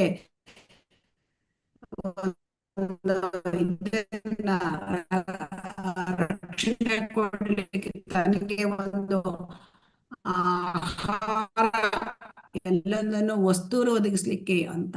ಸೊ ಹಾಗಾಗಿ ಆಮೇಲೆ ಅವರಿಗೆ ತನ್ನ ಹೆಂಡತಿಗೆ ಭಗವಂತನ ದರ್ಶನ ಆಗಿದೆ. ನಮ್ಮ ಪೂರ್ಣ ಶರಣಾಗತಿಯನ್ನು ಅವ್ರು ಹೊಂದಿದ್ರಿಂದ ಭಗವಂತ ಅವರ ರಕ್ಷಣೆಯನ್ನು ಮಾಡಿದ ಅಂತ ನಾವು ಇದನ್ನ ಕಂಡ್ಕೋಬಹುದು. ಹರೇ ಕೃಷ್ಣ. ಯಾರಾದ್ರೂ ಓದ್ತೀರಾ ಮುಂದೆ? ಹರೇ ಕೃಷ್ಣ. ಕೇಳ್ತಾ ಉಂಟಾ? ಹರೇ ಕೃಷ್ಣ. ಹರೇ ಕೃಷ್ಣ ಮಾತಾಜಿ. ಮೈತ್ರಿ ಭಾವ ದಿವ್ಯ ಸೇವೆಯ ವಿವಿಧ ಮಗ್ಗಲುಗಳು ಮೈತ್ರಿ ಭಾವದಲ್ಲಿ ಮಾಡುವ ಭಕ್ತಿ ಸೇವೆ ಹಾಗೂ ಸ್ವಸಮರ್ಪಣಾ ಭಾವದಲ್ಲಿ ಮಾಡುವ ಭಕ್ತಿ ಸೇವೆ, ಈ 2 ಕಠಿಣ ಪ್ರಕ್ರಿಯೆಗಳೆಂದು ಶ್ರೀಲ ರೂಪ ಗೋಸ್ವಾಮಿಯವರು ಹೇಳುತ್ತಾರೆ. ಆದ್ದರಿಂದ ಭಗವಂತನೊಂದಿಗಿನ ಅಂತಹ ನಂಟನ್ನು ಕಾಣುವುದು ಅಪರೂಪ. ಈ ಎರಡು ಬಗೆಯ ಪ್ರಕ್ರಿಯೆಗಳನ್ನು ನಿರ್ವಹಿಸುವುದು ಮುಂದುವರಿದ ಭಕ್ತರಿಗೆ ಮಾತ್ರ ಸಾಧ್ಯ. ಈ ಮಾತಿನ ಭಾವಾರ್ಥ ಹೀಗೆ: ಪ್ರಾಮಾಣಿಕ ಆನಂದಭರಿತ ಭಕ್ತಿಯಿಂದ ಕೂಡಿದ ಶರಣಾಗತಿಯನ್ನು ಕಾಣುವುದು ಅಪೂರ್ವ. ವ್ಯಕ್ತಿಯು ತನ್ನನ್ನು ಸಂಪೂರ್ಣವಾಗಿ ಭಗವತ್ ಸಂಕಲ್ಪಕ್ಕೆ ಅರ್ಪಿಸಿಕೊಳ್ಳಬೇಕು. ಹರೇ ಕೃಷ್ಣ ಮಾತಾಜಿ. ಹರೇ ಕೃಷ್ಣ. ಹೀಗೆ ಇನ್ನೊಂದು ಕೂಡ ರಾಧಾರಾಣಿ ಒಂದು ಭಾವದಲ್ಲಿ, ರಾಧಾ ಭಾವದಲ್ಲಿ ಶ್ರೀ ಚೈತನ್ಯ ಮಹಾಪ್ರಭುಗಳು ಶಿಕ್ಷಾಷ್ಟಕವನ್ನು ನಮಗೆ ಕೊಟ್ಟಿದ್ದಾರೆ. ಅಂದ್ರೆ ಆ ಶಿಕ್ಷಾಷ್ಟಕದಲ್ಲಿ ಅವರು ಕೂಡ ಕೊನೆಯ ಶ್ಲೋಕ, ಅದು ಕೂಡ ಇದೇ ಶರಣಾಗತಿಯ ಶ್ಲೋಕವೇ. ಆಶ್ಲಿಷ್ಯವ ಪಾದರತಂ ಪಿನಸ್ತು ಮಾಂ ಅದರ್ಶನಾನ್ಮರ್ಮಹತಂ ಕರೋತು ವಾ ಯಥಾ ತಥಾ ವಾ ವಿದದಾತು ಲಂಪಟೋ ಮತ್ಪ್ರಾಣನಾಥಸ್ತು ಸಯೇವನಾಪರಃ. ಅಲ್ಲಿ ರಾಧಾರಾಣಿ ಕೃಷ್ಣನ್ಗೆ ಏನ್ ಹೇಳ್ತಾಳೆ? ಕೃಷ್ಣನಲ್ಲದೆ ಬೇರೆ ಯಾರನ್ನು ನನ್ನ ಸ್ವಾಮಿಯಾಗಿ ನಾನರಿಯೆ. ನನ್ನನ್ನು ಒಂಟಿಯಾಗಿ ಬಿಗಿದಪ್ಪಿ ಬಾಧಿಸಿದರೂ ನೀನು ನನ್ನ ಸ್ವಾಮಿ. ನನ್ನ ಮುಂದೆ ಪ್ರತ್ಯಕ್ಷನಾಗದೆ ನನ್ನನ್ನು ಭಗ್ನ ಹೃದಯನ್ನಾಗಿ ಮಾಡಿದರೂ ಕೂಡ ನೀನು ನನ್ನ ಸ್ವಾಮಿ, ಏನು ಬೇಕಾದರೂ ಮಾಡಲಿಕ್ಕೆ ನಿನಗೆ ಸ್ವತಂತ್ರ ಇದೆ, ಏಕೆಂದರೆ ನೀನೊಬ್ಬನೇ ನನ್ನ ಆರಾಧ್ಯ ದೈವ ಅಂತ ಹೇಳ್ತಾಳೆ. ಸೊ ಹಾಗಾಗಿ ಇಲ್ಲಿ ನಾವು ಪ್ರಾರ್ಥನೆ ಅಂದ್ರೆ ಶರಣಾಗತಿ ಅಂತಂದ್ರೆ ಸಂಪೂರ್ಣವಾಗಿ ಭಗವಂತನಿಗೆ ನಮ್ಮನ್ನು ಅರ್ಪಿಸಿಕೊಳ್ಳೋದು. ಇದು ಈ ತುಂಬಾ ಮುಂದುವರೆದ ಭಕ್ತರಿಗೆ ಸಾಧ್ಯ. ರೂಪ ಗೋಸ್ವಾಮಿಯರು ಏನ್ ಹೇಳ್ತಾರೆ, ಈಗ ನಾವು ನಿನ್ನೆ ಕೂಡ ಇದರಲ್ಲಿ ಈ ಅಧ್ಯಾಯದಲ್ಲಿ ನೋಡಿದ್ದೇವೆ, ಮೈತ್ರಿ ಭಾವದಲ್ಲಿ ಭಕ್ತಿ ಸೇವೆ ಮಾಡೋದು, ಆಮೇಲೆ ಸ್ವಸಮರ್ಪಣ ಭಾವ, ಇದು ಎರಡೂ ಕಠಿಣ ಪ್ರಕ್ರಿಯೆ ಎಂದು ರೂಪ ಗೋಸ್ವಾಮಿಯರು ಹೇಳ್ತಾರೆ. ಸೊ ಮೈತ್ರಿ ಭಗವಂತನ ಸಖನಾಗಿ ಅವರ ಭಗವಂತನ ಭಕ್ತಿ ಸೇವೆ ಮಾಡೋದು, ಅಥವಾ ಆ ಆತ್ಮ ನಿವೇದನ ಒಂದು ಸಂಪೂರ್ಣ ಶರಣಾಗತಿ ಭಾವದಲ್ಲಿ ಅಲ್ಲಿ ಭಗವಂತನ ಭಕ್ತಿ ಸೇವೆ ಮಾಡೋದು, ಇವೆರಡು ಕಠಿಣ ಪ್ರಕ್ರಿಯೆ. ಇದು ಮುಂದುವರಿದ ಭಕ್ತರಿಗೆ ಮಾತ್ರ ಸಾಧ್ಯ. ಈ ಎರಡು ಬಗೆಯ ಪ್ರಕ್ರಿಯೆಗಳನ್ನು ಇದನ್ನ ಆರಂಭಿಕ ಭಕ್ತರಿಗೆ ಇದನ್ನ ಮಾಡ್ಲಿಕ್ಕೆ ಸಾಧ್ಯ ಇಲ್ಲ. ಸೊ ಹಾಗಾಗಿ ಇಲ್ಲಿ ಪ್ರಾಮಾಣಿಕವಾಗಿ ಶುದ್ಧ ಭಕ್ತರಾದವರು, ಮುಂದುವರಿದ ಭಕ್ತರು ಆನಂದಭರಿತ ಭಕ್ತಿಯಿಂದ ಆ ಶರಣಾಗತಿಯನ್ನು ಪಡಿತಾರೆ. ಅಂಥವರು ಸಿಗುವುದು ಅಪರೂಪ. ಸೊ ಇದು ತುಂಬಾ ಅಪರೂಪ. ಪ್ರಾಮಾಣಿಕ ಭಕ್ತರು ಮುಂದುವರಿದ ಭಕ್ತರು ಪ್ರಾಮಾಣಿಕತೆಯಿಂದ ಅವರು ತಮ್ಮನ್ನು ತಾವು ಭಗವಂತನಿಗೆ ಅರ್ಪಿಸಿ ಭಗವಂತನ ಭಕ್ತಿ ಸೇವೆಯಲ್ಲಿಯೇ ನಿರತರಾಗಿರುತ್ತಾರೆ. ಅಂಥವರು ಅಪರೂಪ. ಈಗ ಪ್ರಾರಂಭಿಕ ಭಕ್ತರು ನಾವೇನು ಮಾಡಬೇಕು, ನಾವು ಶ್ರವಣ ಕೀರ್ತನ ಮತ್ತೆ ನಾವು ಮಾಡಬೇಕು. ಹಾಗೆ ಭಕ್ತಿಯಲ್ಲಿ ಮುಂದುವರಿತಾ ಈ ಸ್ಥಿತಿಯನ್ನು ತಲುಪಲಿಕ್ಕೆ ಸಾಧ್ಯತೆ ಉಂಟು. ಹರೇ ಕೃಷ್ಣ. ಸೊ ಹಾಗಾಗಿ ನಾವು ತಿಳ್ಕೊಳ್ಬೇಕು, ಸರ್ವ ಸಮರ್ಪಣಾ ಭಾವ ಆ ಒಂದು ಶರಣಾಗತಿಯಲ್ಲಿ ಭಕ್ತನಿಗೆ ಆ ಭಗವಂತನಿಗೆ ಸೇವೆ ಸಲ್ಲಿಸೋದು, ಮೈತ್ರಿ ಭಾವದಲ್ಲಿ ಸೇವೆ ಸಲ್ಲಿಸೋದು ಬಹಳ ಕಠಿಣ, ಮತ್ತೆ ಅದನ್ನ ಕಾಣೋದು ಕೂಡ ಅಪರೂಪ. ಹರೇ ಕೃಷ್ಣ. ಇಲ್ಲಿ ನಾವು ಶರಣಾಗತಿಯ ಮಹತ್ವವನ್ನು ನಾವೀಗ ನೋಡ್ಕೊಂಡಿದ್ದೇವೆ. ಶರಣಾಗತಿ ಆಗೋದು ತುಂಬಾ ಮುಖ್ಯ. ಭಗವಂತನಲ್ಲಿ ಶರಣಾಗಬೇಕು. ಅದಕ್ಕೆ ಮೊದಲು ಗುರುವಿನಲ್ಲೂ ಕೂಡ ನಾವು ಶರಣಾಗತಿಯನ್ನು ಪಡ್ಕೊಳ್ಬೇಕು. ಶರಣಾಗತಿ ಗುರುವಿನಲ್ಲಿ ಶರಣಾಗತಿ ಆದಾಗ ಗುರುವು ಮಾರ್ಗದರ್ಶನ ನೀಡ್ತಾನೆ ಭಗವಂತನಲ್ಲಿ ಶರಣಾಗತಿ ಆಗೋದು ಹೇಗೆ ಅಂತ. ಸೊ ಆದ್ದರಿಂದ ನಾವು ನಮ್ಮ ಜೀವನದಲ್ಲಿ ಭಗವದ್ಗೀತೆ ಕೊನೆಯ ಹರೇ ಕೃಷ್ಣ ಕೊನೆಯ ಒಂದು ಉಪದೇಶ, ನೀನು ಸಂಪೂರ್ಣ ಶರಣಾಗತನಾಗಬೇಕು. ಸರ್ವಧರ್ಮಾನ್ ಪರಿತ್ಯಜ್ಯ ಮಾಮೇಕಂ ಶರಣಂ ವ್ರಜ ಅಹಂ ತ್ವಾಂ ಸರ್ವ ಪಾಪೇಭ್ಯೋ ಮೋಕ್ಷಯಿಷ್ಯಾಮಿ ಮಾ ಶುಚಃ. ಯಾವಾಗ ಭಗವಂತ ಈ ರೀತಿಯಾದ ನಮಗೆ ಒಂದು ಪ್ರಾಮಿಸ್ ಕೊಟ್ಟಿದ್ದಾನೆ, ಅದನ್ನ ನಾವು ಉಪಯೋಗಿಸ್ಕೊಳ್ಬೇಕು. ಸೊ ಹಾಗಾದರೆ ಎಷ್ಟು ಜನ ಇದನ್ನ ಉಪಯೋಗಿಸ್ಕೊಳ್ಳಿಕ್ಕೆ ಸಾಧ್ಯ? ಭಗವದ್ಗೀತೆಯಲ್ಲಿ ಇದನ್ನು ಹೇಳಿದ್ದನ್ನ ಶರಣಾಗತಿಯನ್ನ ಹೇಳು, ನೀನು ಶರಣಾಗತನಾಗೊಂಡ್ರು ಜನ ಶರಣಾಗತ ಆಗೋದಿಲ್ಲ. ಅದಕ್ಕೆ ಶ್ರೀ ಚೈತನ್ಯ ಮಹಾಪ್ರಭುಗಳು ಸ್ವತಃ ಭಕ್ತನಾಗಿ ಅವತಾರ ತೆಗೆದುಕೊಂಡು ಭಕ್ತಿಯ ಮುಖ್ಯತೆ ಇದನ್ನ ಆ ಭಕ್ತಿಯ ಮಾರ್ಗದಲ್ಲಿ ಮುಂದುವರಲಿಕ್ಕೆ ತಾನೇ ಭಕ್ತನಾಗಿ ಬಂದು ಭಕ್ತಿಯ ಭಾವದಲ್ಲಿ ನಮಗೆ ಎಲ್ಲ ಶರಣಾಗತಿ ಆಗೋದು ಹೇಗೆ, ಹರೇ ಕೃಷ್ಣ ಮಹಾಮಂತ್ರವನ್ನು ನಾವು ಆಶ್ರಯಿಸೋದು ಹೇಗೆ, ಇದನ್ನೆಲ್ಲ ನಮಗೆ ತಿಳಿಸಿಕೊಟ್ಟಿದ್ದಾರೆ. ಹರೇ ಕೃಷ್ಣ. ಇದನ್ನು ಓದಿ ಹರೇ ಕೃಷ್ಣ. ಅಚ್ಚುಮೆಚ್ಚಾದುದರ ವಸ್ತುವಿನ ಅರ್ಪಣೆ. ಹರೇ ಕೃಷ್ಣ. ಹರೇ ಕೃಷ್ಣ ಮಾತಾಜಿ. ಶ್ರೀಮದ್ ಭಾಗವತದ 11ನೇ ಸ್ಕಂದದಲ್ಲಿ 11ನೇ ಅಧ್ಯಾಯ ಶ್ಲೋಕ 41, ಭಗವಾನ್ ಕೃಷ್ಣನು ಉದ್ಧವನನ್ನು ಕುರಿತು, ಪ್ರಿಯ ಮಿತ್ರನೇ, ವ್ಯಕ್ತಿಯು ತನ್ನಲ್ಲಿರುವ ಅತ್ಯುತ್ತಮ ವಸ್ತುವನ್ನು ಅಥವಾ ತನಗೆ ಅತಿ ಪ್ರಿಯವೆನಿಸಿದ ಪದಾರ್ಥವನ್ನು ನನಗೆ ಅರ್ಪಿಸಿದರೆ ಅಂತಹ ವ್ಯಕ್ತಿಗೆ ಶಾಶ್ವತವಾಗಿ ಒಳಿತಾಗುವುದು ಎಂದು ಹೇಳುತ್ತಾನೆ. ಹರೇ ಕೃಷ್ಣ ಮಾತಾಜಿ. ಮುಂದಕ್ಕೆ ಹೋದ ಮಾತಾಜಿ. ಹರೇ ಕೃಷ್ಣ ಇರ್ಲಿ. ಹರೇ ಕೃಷ್ಣ. ಇಲ್ಲಿ ನಾನು ಶರಣಾಗತಿಯ ಬಗ್ಗೆ ಸ್ವಲ್ಪ ಹೇಳಲಿಕ್ಕೆ ಬಿಟ್ಟಿದ್ದೆ. ಅಂದ್ರೆ ಶರಣಾಗತಿ ಹೇಳೋದು ಕೃಷ್ಣ ಪ್ರಜ್ಞೆಯ ಪ್ರಾರಂಭ. ಸೊ ಅದರಲ್ಲಿ ನಾವು ಕೃಷ್ಣ ನನ್ನನ್ನು ರಕ್ಷಿಸ್ತಾನೆ, ಇದು ದೃಢವಾದ ನಂಬಿಕೆ ಇರಬೇಕು. ನಾನು ಇಲ್ಲಿ ದಾಸ್ಯತ್ವ, ನಾನು ಕೃಷ್ಣನ ದಾಸ, ಈ ಮನೋಭಾವನೆ ಇದ್ದರೆ ಮಾತ್ರ ನಮಗೆ ಶರಣಾಗತಿ ಆಗ್ಲಿಕ್ಕೆ ಸಾಧ್ಯ ಅಲ್ವಾ? ಹರೇ ಕೃಷ್ಣ. ನಾನು ಕೃಷ್ಣನ ನಿರಂತರ ದಾಸ, ಈ ಭಾವನೆ ಇದ್ದರೆ ಮಾತ್ರ ನಾವು ಭಗವಂತನಿಗೆ ಶರಣಾಗ್ಲಿಕ್ಕೆ ಸಾಧ್ಯ. ಸೊ ಹೀಗೆ ನಾವು ಶರಣಾಗುವುದು ಭಗವಂತನಿಗೆ ಅಂತಂದ್ರೆ, ಮೊಟ್ಟ ಮೊದಲು ಗುರುವಿನ ಪಾದಾಶ್ರಯ, ಆಮೇಲೆ ದೀಕ್ಷೆ ತೆಗೆದುಕೊಳ್ಳುವುದು, ಆಮೇಲೆ ಗುರುವಿನ ಸೇವೆ ಮಾಡುವುದು, ಆ ಗುರುವಿನ ಮಾರ್ಗದರ್ಶನದಲ್ಲಿ ಭಕ್ತಿ ಸೇವೆಯಲ್ಲಿ ತೊಡಗುವುದು. ಶ್ರವಣ, ಕೀರ್ತನ, ಪ್ರಾರ್ಥನಾ, ಅರ್ಚನಾ ಇವು ಬಹಳ ಮುಖ್ಯವಾದದ್ದು. ಮತ್ತೆ ತಿಲಕ ಧಾರಣ, ಕಂಠಿಮಾಲವನ್ನು ಧರಿಸುವುದು, ಈ ಥರ ಎಲ್ಲ ನಾವು ಮಾಡಿಕೊಂಡು ಭಕ್ತಿ ಸೇವೆಯಲ್ಲಿ ನಮ್ಮನ್ನು ನಾವು ತೊಡಗಿಸಿಕೊಳ್ಳೋದು. ಮತ್ತೆ ಪ್ರತಿನಿತ್ಯ ಒಂದು ಶ್ರವಣ, ಭಗವಂತನ ಬಗ್ಗೆ ಶ್ರವಣ, ಭಗವಂತನ ಕೀರ್ತನ, ಇದನ್ನ ನಾವು ಅಳವಡಿಸ್ಕೊಳ್ಬೇಕು. ಮತ್ತೆ ಪ್ರತಿನಿತ್ಯ ಪ್ರಾರ್ಥನೆ ಮಾಡೋದು, ಭಗವಂತನ ಶ್ರೀ ವಿಗ್ರಹದ ಅರ್ಚನೆ ಮಾಡೋದು, ಇದನ್ನೆಲ್ಲ ಮಾಡ್ಕೊಂಡು ನಾವು ನಿಧಾನವಾಗಿ ಭಗವಂತನಿಗೆ ನಮ್ಮನ್ನು ನಾವು ಸಮರ್ಪಿಸಿಕೊಳ್ಳಬೇಕು. ಯಾರಾದರೂ ಉದಾಹರಣೆ ಹೇಳ್ತೀರಾ ಭಗವಂತನಿಗೆ ಸಮರ್ಪಣೆ ಅಂದರೆ ಶರಣಾಗತರಾದವರ ಭಕ್ತರ ಉದಾಹರಣೆ? ಹರೇ ಕೃಷ್ಣ. ಹರೇ ಕೃಷ್ಣ. ಭಕ್ತ ಪ್ರಹ್ಲಾದ, ಧ್ರುವ ಮಹಾರಾಜ, ಅಂಬರೀಷ್ ಮಹಾರಾಜ, ಎಲ್ಲ ಶುದ್ಧ ಭಕ್ತರು. ಅಂದ್ರೆ ಪಾಂಡವರು, ಯುಧಿಷ್ಠಿರ ಮಹಾರಾಜ ಅಲ್ವಾ? ಹರೇ ಕೃಷ್ಣ. ಕುಂತಿದೇವಿ, ಕುಂತಿದೇವಿ. ಆಮೇಲೆ ನಮ್ಗೆ ಹನುಮಾನ್, ತುಂಬಾ ಹನುಮಂತ ಯಾವಾಗ ರಾಮನಿಗೆ ಸದಾ ಅವನು ರಾಮನ ಸೇವೆಗೆ ಸಿದ್ಧ ಅಲ್ವಾ? ರಾಮನ ಸೇವೆಗೆ ಸದಾ ಸಿದ್ಧ ಹನುಮಂತನ ಭಾವನೆ. ಹೌದಪ್ಪ ಮಾತಾಡಿ. ಹನುಮಂತ ಯಾವಾಗಲೂ ಎವರೆಡಿ ಪೊಸಿಷನ್ ಅಲ್ಲಿ ಇರ್ತಾನೆ ಅಲ್ವಾ? ಸೊ ಹಾಗಾಗಿ ಈಗ ನಾವು ಅಚ್ಚುಮೆಚ್ಚಾದುದರ ವಸ್ತುವಿನ ಅರ್ಪಣೆ ಅಂದ್ರೆ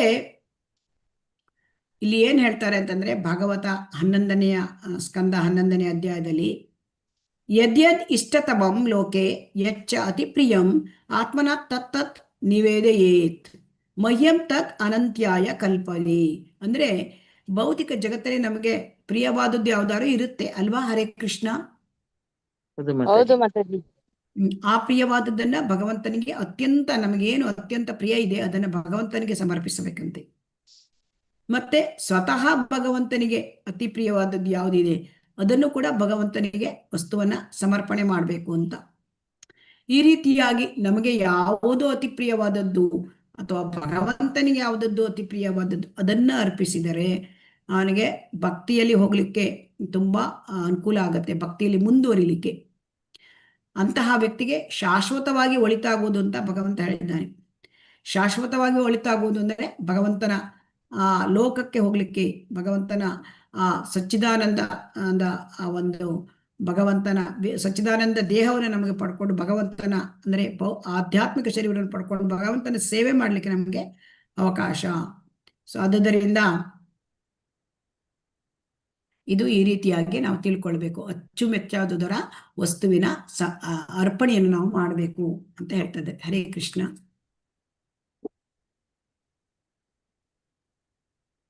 ಓದ್ತೀನಿ ಮಾತಾಜಿ. ನಾನು ಓದಿ ಮಾತಾಜಿ. ಕೃಷ್ಣನಿಗಾಗಿ ಎಲ್ಲ ಪ್ರಯತ್ನ. ಭಗವಂತನ ತೃಪ್ತತ್ವವಾಗಿ ಬದುಕಿನ ಎಲ್ಲ ರಂಗಗಳಲ್ಲೂ ಹೇಗೆ ಕೆಲಸ ಮಾಡಬಹುದಾಗಿದೆ ಎಂಬುದನ್ನು ಕುರಿತ ಹಾಗೆ ನಾರದ ಪಂಚರಾತ್ರದಲ್ಲಿ ಒಂದು ವಚನವಿದೆ. ದಿಟದಲ್ಲಿ ಭಕ್ತಿ ಸೇವಾ ತತ್ಪರನಾದ ವ್ಯಕ್ತಿಯು ಅಪೌರುಷ ಧರ್ಮ ಗ್ರಂಥಗಳಲ್ಲಿ ಹೇಳಲಾದ ಮತ್ತು ಸಂಸಾರ ನಿರ್ವಹಣೆಗಾಗಿ ಮಾಡಲಾಗುವ ಎಲ್ಲ ಬಗೆಯ ಕಾರ್ಯಗಳಲ್ಲಿ ತೊಡಗಿಕೊಂಡಿರಬೇಕೆಂದು ಅಲ್ಲಿ ಹೇಳಿದೆ. ಬೇರೆ ಮಾತುಗಳಲ್ಲಿ ಹೇಳುವುದಾದರೆ ಭಕ್ತನು ಭಕ್ತಿ ಸೇವೆಗೆ ಸಂಬಂಧಿಸಿದಂತೆ ಅಪೌರುಷ ಧರ್ಮ ಗ್ರಂಥಗಳಲ್ಲಿ ಹೇಳಲಾಗಿರುವ ಕಾರ್ಯಗಳಲ್ಲಿ ಮಗ್ನನಾಗಿರಬೇಕಲ್ಲದೆ ಕೃಷ್ಣ ಪ್ರಜ್ಞಾ ಭಾವದಲ್ಲಿ ಪ್ರಾಯೋಗಿಕ ಬದುಕಿನಲ್ಲಿ ತನ್ನ ಕರ್ತವ್ಯಗಳನ್ನು ಮಾಡಬೇಕು.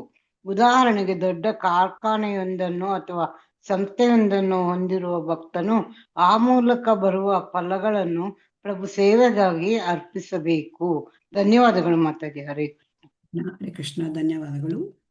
ಸೊ ಕೃಷ್ಣನಿಗಾಗಿ ಎಲ್ಲ ಪ್ರಯತ್ನ, ಕೃಷ್ಣಾರ್ಥಂ ಅಖಿಲ ಚೇಷ್ಟ.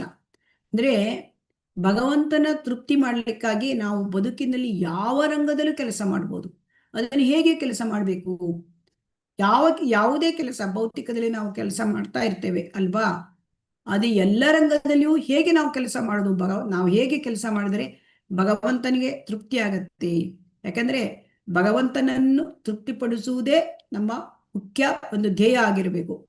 ಯಾಕೆಂದ್ರೆ ಭಗವಂತನನ್ನು ತೃಪ್ತಿಪಡಿಸಿದರೆ ಎಲ್ಲರನ್ನೂ ತೃಪ್ತಿಪಡಿಸಿದಂತೆ. ಯಸ್ಮಿನ್ ತುಷ್ಟೇ ಜಗತ್ತುಷ್ಟೇ. ಸೊ ಹಾಗಾಗಿ ನಾರದ ಪಂಚರಾತ್ರದಲ್ಲಿ ಒಂದು ವಚನ ಇದೆಯಂತೆ. ಹಾಗಾಗಿ ಅಲ್ಲಿ ಏನ್ ಹೇಳ್ತಾರೆ, ದಿಟದಲ್ಲಿ ಭಕ್ತಿ ಸೇವಾ ತತ್ಪರನಾದ ವ್ಯಕ್ತಿಯು ಅಪೌರುಷೇಯ ಧರ್ಮ ಗ್ರಂಥಗಳಲ್ಲಿ ಹೇಳಲಾದ ಮತ್ತು ಸಂಸಾರ ನಿರ್ವಹಣೆಗಾಗಿ ಮಾಡಲಾಗುವ ಎಲ್ಲ ಬಗೆಯ ಕಾರ್ಯಗಳಲ್ಲಿ ತೊಡಗಿರಬೇಕೆಂದು ಹೇಳಿದೆ. ಸೊ ಹಾಗಾಗಿ ಏನ್ ಹೇಳ್ತಾರೆ ಅಲ್ಲಿ, ವ್ಯಕ್ತಿ ಸಂಸಾರ ನಿರ್ವಹಣೆ ಮಾಡಲಿಕ್ಕೆ ಕಾರ್ಯದಲ್ಲಿ ತೊಡಗಿರ್ಲೇಬೇಕು ಅಲ್ವಾ? ಹರೇ ಕೃಷ್ಣ. ಹೌದು ಮಾತಾಜಿ. ನಮ್ಮ ದೇಹ ನಮ್ಮ ಆತ್ಮ ಒಟ್ಟಿಗೆ ಇರ್ಬೇಕು ಅಂದ್ರೆ ನಮಗೆ ನಾವು ಕೆಲಸ ಮಾಡಲೇಬೇಕು. ಈ ಭೌತಿಕ ಪ್ರಪಂಚದಲ್ಲಿ ನಾವು ಬದುಕಬೇಕು. ಆದರೆ ಇಲ್ಲಿ ಏನ್ ಹೇಳ್ತಾರೆ, ಈ ಕೆಲಸವನ್ನು ಮಾಡಬೇಕು, ಜೊತೆಗೆ ಪೌರುಷೇಯ ಧರ್ಮ ಗ್ರಂಥ ಭಗವದ್ಗೀತೆಯಲ್ಲಿ ಏನ್ ಹೇಳಿದ್ದಾರೆ, ಶ್ರೀಮದ್ ಭಾಗವತಮಲ್ಲಿ ಏನ್ ಹೇಳಿದ್ದಾರೆ, ಅದನ್ನು ನಾವು ನಿರ್ವಹಿಸಬೇಕು. ಅಂದರೆ ಶ್ರೀಮದ್ ಭಗವದ್ಗೀತೆಯಲ್ಲಿ ಏನ್ ಹೇಳಿದ್ದಾರೆ, ಸರ್ವಧರ್ಮ ಪರಿತ್ಯಜ್ಯ ಮಾಮೇಕಂ ಶರಣಂ ವ್ರಜ. ಮತ್ತೇನ್ ಹೇಳ್ತಾರೆ, ಯತ್ಕರೋಷಿ ಯದಶ್ನೂಷಿ ಯಜ್ಜುಹೋಸಿ ದದಾಸಿ ಯತ್ತ ಎಲ್ಲವನ್ನೂ ನನಗಾಗಿ ನೀನು ಮಾಡು ಅಂತ ಹೇಳ್ತಾನೆ. ಮತ್ತೆ ಮನ್ಮನ ಭವ ಮದ್ಭಕ್ತೋ ಮದ್ಯಾಜಿ ಮಾಂ ನಮಸ್ಕರು. ಇದೆಲ್ಲ ಹೇಳ್ತಾನೆ ಅಲ್ವಾ. ಹರೇ ಕೃಷ್ಣ. ಇದನ್ನು ನಾವು ನಮ್ಮ ಜೀವನದಲ್ಲಿ ಅಳವಡಿಸ್ಕೊಳ್ಬೇಕು. ಆದರೆ ನಮಗೆ ಇದು ಗೊತ್ತೇ ಇಲ್ಲ ಅಲ್ವಾ. ಹರೇ ಕೃಷ್ಣ. ಅಂದರೆ ಕೃಷ್ಣ ಪ್ರಜ್ಞೆಯಲ್ಲಿ ಭಕ್ತಿ ಸೇವೆಯಲ್ಲಿ ನಾವು ತೊಡಗೋದು ಅಂದ್ರೆ ಇಲ್ಲಿ ನಾವು ಸ್ಥಾನೇ ಸ್ಥಿತ ಹೇಳ್ತಾರೆ. ನಾವು ಯಾವ ಇಲ್ಲಿ ಇದ್ದೇವೆ, ಯಾವ ಕೆಲಸವನ್ನು ಮಾಡ್ಕೊಂಡು ಬಂದು ಅದನ್ನ ಮುಂದುವರಿಸ್ಕೊಳ್ಬೇಕು. ಆದರೆ ಜೊತೆಗೆ ಕೃಷ್ಣನನ್ನ ನಾವು ಆಡ್ ಮಾಡಬೇಕು. ಅಂದ್ರೆ ಜೋಡಿಸಬೇಕು. ಜೋಡ್ನಾಯಿ ತೋಡ್ನಾ ನಹಿ. ಭಕ್ತಿ ಅಂದ್ರೆ ಏನು ಹರೇ ಕೃಷ್ಣ. ಈಗ ಇಷ್ಟು ದಿನ ನೀವು ಕೇಳಿದ್ದೀರಿ ಹರೇ ಕೃಷ್ಣ. ಭಕ್ತಿ ಅಂದ್ರೆ ಏನು ಮಾಡ್ಬೇಕು ನಾವು. ಹರೇ ಕೃಷ್ಣ. ಹರೇ ಕೃಷ್ಣ ಕೇಳ್ತಾ ಉಂಟಾ? ಹರೇ ಕೃಷ್ಣ. ಹರೇ ಕೃಷ್ಣ. ಕೇಳಿಸ್ತಾ ಇದೆ ಮಾತಾಜಿ, ಕೇಳಿಸ್ತಾ ಇದೆ. ಅಂದ್ರೆ ಇಲ್ಲಿ ನಿಮ್ಗೆ ಏನ್ ತಿಳಿಯಿತು, ಇಲ್ಲಿ ಇಲ್ಲಿ ಏನ್ ಹೇಳ್ತಾ ಇದ್ದಾರೆ ಅಂತ ತಿಳಿಯಿತು ನಿಮ್ಗೆ. ಹರೇ ಕೃಷ್ಣ. ದಯವಿಟ್ಟು ನೀವು ಪ್ರಶ್ನೆಗೆ ಉತ್ತರ ಹೇಳಬೇಕು. ಹರೇ ಕೃಷ್ಣ. ಹರೇ ಕೃಷ್ಣ. ನನ್ಗೆ ಏನು ಕೇಳಿಸ್ತಾ ಇಲ್ಲ. ಹರೇ ಕೃಷ್ಣ. ಮಾತಾಜಿ ಹರೇ ಕೃಷ್ಣ. ಕೇಳಿಸ್ತಾ ಇದೆ ಮಾತಾಜಿ. ನಾವು ಭಗವಂತನ ತೃಪ್ತಿಗಾಗಿ ಎಲ್ಲಾ ರಂಗಗಳಲ್ಲೂ ನಾವು ಕೆಲಸ ಮಾಡ್ಬೇಕಾಗಿದೆ. ಈ ರೀತಿ ನಾವು ಒಂದು ಭಗವಂತನ ಗ್ರಂಥಗಳನ್ನು ಓದೋದು, ಅದಕ್ಕೆ ಸಂಬಂಧಿತವಾದ ಕಾರ್ಯಗಳಲ್ಲಿ ತೊಡಗೋದು, ಆ ತರ ಮಾಡೋದ್ರಿಂದ ನಮ್ಗೆ ದೇವರು ನಮ್ಮನ್ನು ಮುನ್ನಡೆಯೋದಕ್ಕೆ ದಾರಿ ತೋರಿಸ್ತಾನೆ ಅಂತ. ಹರೇ ಕೃಷ್ಣ. ಅಂದ್ರೆ ಇಲ್ಲಿ ಏನ್ ಹೇಳ್ತಾರೆ ಅಂದ್ರೆ, ನಾವು ನಮ್ಮ ಒಂದು ಸಂಸಾರದ ಒಂದು ನಿರ್ವಹಣೆಗಾಗಿ ನಾವು ನಮ್ಮ ಕಾರ್ಯ ಮಾಡ್ಬೇಕು. ಎಲ್ಲ ಬಗೆಯ ಅವ್ರವ್ರ ಕೆಲಸ ಅವ್ರವ್ರು ಮಾಡ್ಬೇಕು ಅಲ್ವಾ. ಟೀಚರ್ ಆದವರು ಟೀಚರ್ ಮಾಡ್ಬೇಕು, ಬೇರೆ ಒಂದು ಗೃಹಿಣಿ ಆದವರು ಗೃಹಿಣಿ ಕೆಲಸ ಮಾಡ್ಬೇಕು, ಅಥವಾ ಬೇರೆ ಒಂದು ಕೃಷಿ ಕಾರ್ಯ, ಎಲ್ಲದನ್ನು ಅವ್ರವ್ರ ಕೆಲಸ ಅವ್ರು ಮಾಡ್ಲೇಬೇಕು. ಆದರೆ ಅದರ ಜೊತೆಗೆ ನಮಗೆ ಈ ಭಗವದ್ಗೀತೆ ಭಾಗವತಮಲ್ಲಿ ಏನ್ ಹೇಳಿದರೆ ಅದನ್ನು ನಾವು ನಿರ್ವಹಣೆ ಮಾಡಬೇಕು. ಅದನ್ನು ನಾವು ಮಾಡ್ತಾ ಇದ್ದೇವೆ ಈಗ. ಹರೇ ಕೃಷ್ಣ. ಹರೇ ಕೃಷ್ಣ. ನಮ್ ಕೈಲಾದ ಸಾಧ್ಯವಾದಷ್ಟು ಅನುಸರಿಸ್ತಾ ಇದೀವಿ ಮಾತಾಜಿ. ಆದ್ರೆ ಎಲ್ಲರೂ ಮಾಡ್ತಾ ಇದ್ದಾರೆ, ಎಲ್ಲರಿಗೂ ಗೊತ್ತಿದೆಯಾ? ಹರೇ ಕೃಷ್ಣ. ಮಾಡ್ತಾ ಇದ್ದೀವಿ ಮಾತಾಜಿ. ಅಲ್ಲ, ಇಲ್ಲ, ಪ್ರಪಂಚದಲ್ಲಿ ಅನೇಕ ಜನರಿದ್ದಾರೆ, ಕೋಟ್ಯಾಂತರ ಜನರಿದ್ದಾರೆ, ಎಲ್ಲರಿಗೂ ಗೊತ್ತಿದೆಯೇ ವಿಚಾರ? ಹರೇ ಇಲ್ಲ ಕೃಷ್ಣ. ಮಾತಾಜಿ, ಆ ತರ ಗೊತ್ತಿಲ್ಲ ಮಾತಾಜಿ. ಭಕ್ತಿಗ್ ಬರೋದ್ ಕಡಿಮೆ ಜನ ಮಾತಾಜಿ. ಅವರಿಗೆ ಗೊತ್ತಿಲ್ಲ. ಇದು ಒಂದು ಜವಾಬ್ದಾರಿ ಇದೆ. ನಾವು ಅಪೌರುಷೇಯ ಧರ್ಮ ಗ್ರಂಥಗಳಲ್ಲಿ ಭಗವಂತ ನಮಗೆ ಏನ್ ಹೇಳಿದ್ದಾನೆ, ನಾವು ಅಂದರೆ ನಮಗೆ ಏನ್ ಹೇಳ್ತಾನೆ, ಭಕ್ತಿ ಸೇವೆಯಲ್ಲಿ ನಾವು ತೊಡಗಬೇಕು, ನಾವು ನಿತ್ಯ ಭಕ್ತಿ ಜೀವನದಲ್ಲಿ ನಾವು ಇರಬೇಕು, ಭಕ್ತರ ಸಂಘದಲ್ಲಿ ಇರಬೇಕು, ಭಗವಂತ ಹೇಳಿರ್ತಕ್ಕಂಥ ಭಗವಂತನಲ್ಲಿ ಶರಣಾಗ್ಬೇಕು. ನಾವು ಮಾನವ ಜನ್ಮ ತುಂಬಾ ಇದು ತುಂಬಾ ಶ್ರೇಷ್ಠ. ಎಲ್ಲರಿಗೂ ಗೊತ್ತಿಲ್ಲ, ನಾವ್ ಈ ತರಗತಿ ಬಂದ್ಮೇಲೆ ಗೊತ್ತಾಗಿದೆ. ಇದನ್ನ ತಿಳ್ಕೊಳ್ಬೇಕು ನಾವು. ಇಲ್ಲಿ ಏನ್ ಹೇಳ್ತಾರೆ, ಭೌತಿಕ ನಿಮ್ಮ ಸಂಸಾರ ನಿರ್ವಹಣೆಯ ಕೆಲಸವನ್ನು ಬಿಡುವಂತ ಇಲ್ಲಿ ಹೇಳ್ತಾ ಇಲ್ಲ. ಇದರ ಜೊತೆಗೆ ಭಗವಂತ ಏನ್ ಹೇಳಿದ್ದಾನೆ ಉಪದೇಶವನ್ನ, ಅದನ್ನು ಅನುಸರಿಸಬೇಕು. ಇದು ಬಹಳ ಮುಖ್ಯವಾದದ್ದು. ಇಲ್ಲಿ ಉದಾಹರಣೆ ಕೊಟ್ಟಿದ್ದಾರೆ. ಒಬ್ಬನು ದೊಡ್ಡ ಕಾರ್ಖಾನೆ ನಡೆಸ್ತಾ ಇರ್ಬೋದು, ಅಥವಾ ಒಂದು ಸಂಸ್ಥೆಯಲ್ಲಿ ಕೆಲಸ ಮಾಡಿರ್ಬೋದು, ಆದರೆ ಅದ್ರ ಜೊತೆಗೆ ಅವನು ಭಕ್ತಿಯಲ್ಲಿ ಇರಬೇಕು ಅಂತ. ಅಂದ್ರೆ ಬಂದ ಫಲವನ್ನು ಕೂಡ ಪ್ರಭುವಿಗಾಗಿ ಸಮರ್ಪಣೆ ಮಾಡಬೇಕು, ಭಕ್ತಿ ಸೇವೆಯಲ್ಲಿ ತೊಡಗಿರಬೇಕು. ಆದ್ರೆ ನಾವೇನ್ ಮಾಡ್ತಾ ಇದ್ದೇವೆ, ಹೆಚ್ಚಿನ ಜನ ಏನ್ ಮಾಡ್ತಾ ಇದ್ದಾರೆ ಇಲ್ಲಿ ಅಂದ್ರೆ ಭೌತಿಕ ಜೀವನ ಅಷ್ಟೇ ನಡೆಸ್ತಾರೆ, ಆಧ್ಯಾತ್ಮಿಕವನ್ನ ಭಗವಂತನ ಬಗ್ಗೆ ಅವರು ಇನ್ನು ಹೆಚ್ಚಿನದಾಗಿ ಅಳವಡಿಸ್ಕೊಂಡಿಲ್ಲ ಅಲ್ವಾ. ಹರೇ ಕೃಷ್ಣ. ಹೆಚ್ಚಿನ ಜನ ಹೌದು ಮಾತಾಜಿ. ಅಂದ್ರೆ ಭಗವದ್ಗೀತೆ ತರಗತಿಗೆ ಬರ್ತಾರೆ ಅಂದ್ರೆ ಅದರ ಅರ್ಥ ಎಲ್ಲವನ್ನು ಬಿಟ್ಟು ವಿರಕ್ತರಾಗಬೇಕು ಅಂತ ಇಲ್ಲ. ಅಥವಾ ಈ ಕೃಷ್ಣ ಪ್ರಜ್ಞೆಯಲ್ಲಿ ಬಂದಿದ್ದೇವೆ ಅಂದ್ರೆ ಎಲ್ಲ ಬಿಟ್ಟು ವಿರಕ್ತರಾಗಬೇಕು ಅಂತ ಹೇಳಿಲ್ಲ. ಜೊತೆಯಲ್ಲಿ ನೀವು ನಮ್ಮ ಒಂದು ಸಂಸಾರ ನಿರ್ವಹಣೆಯ ಕೆಲಸ ಜೊತೆಗೆ ಭಗವಂತ ಏನು ಹೇಳಿದ್ದಾನೆ ಈ ಭಗವದ್ಗೀತೆ ಶ್ರೀಮದ್ ಭಾಗವತಮಲ್ಲಿ ಅದನ್ನ ನಾವು ಅಳವಡಿಸ್ಕೊಳ್ಬೇಕು ಅಂತ ಇಲ್ಲಿ ಹೇಳಿದ್ದಾರೆ. ಹರೇ ಕೃಷ್ಣ. ಇದು ಓದಿ. ಹರೇ ಕೃಷ್ಣ. ಹರೇ ಕೃಷ್ಣ.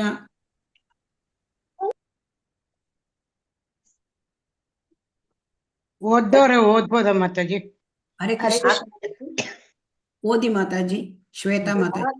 ಆತ್ಮ ನಿವೇದನೆಯನ್ನು ಕುರಿತಂತೆ ಹರಿಭಕ್ತ ವಿಲಾಸದಲ್ಲಿ ಈ ಮಾತಿದೆ.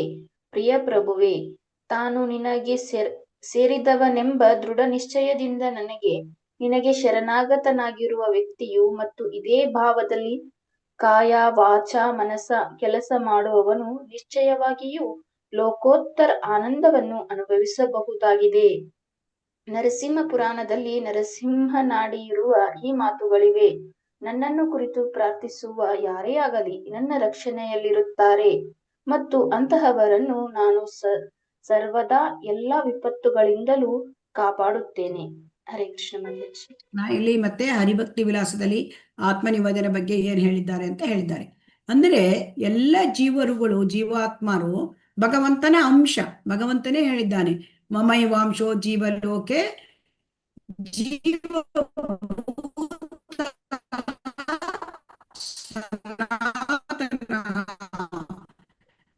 ಎಲ್ಲ ಜೀವಿಗಳು ನನ್ನದೇ ಅಂಶ. ನಾವೆಲ್ಲರೂ ಭಗವಂತ ಅಂದ್ರೆ ಇದೇ ಭಾವ ನಮ್ಗೆ ಇರಬೇಕು. ನಾವು ಭಗವಂತನ ಅಂಶ.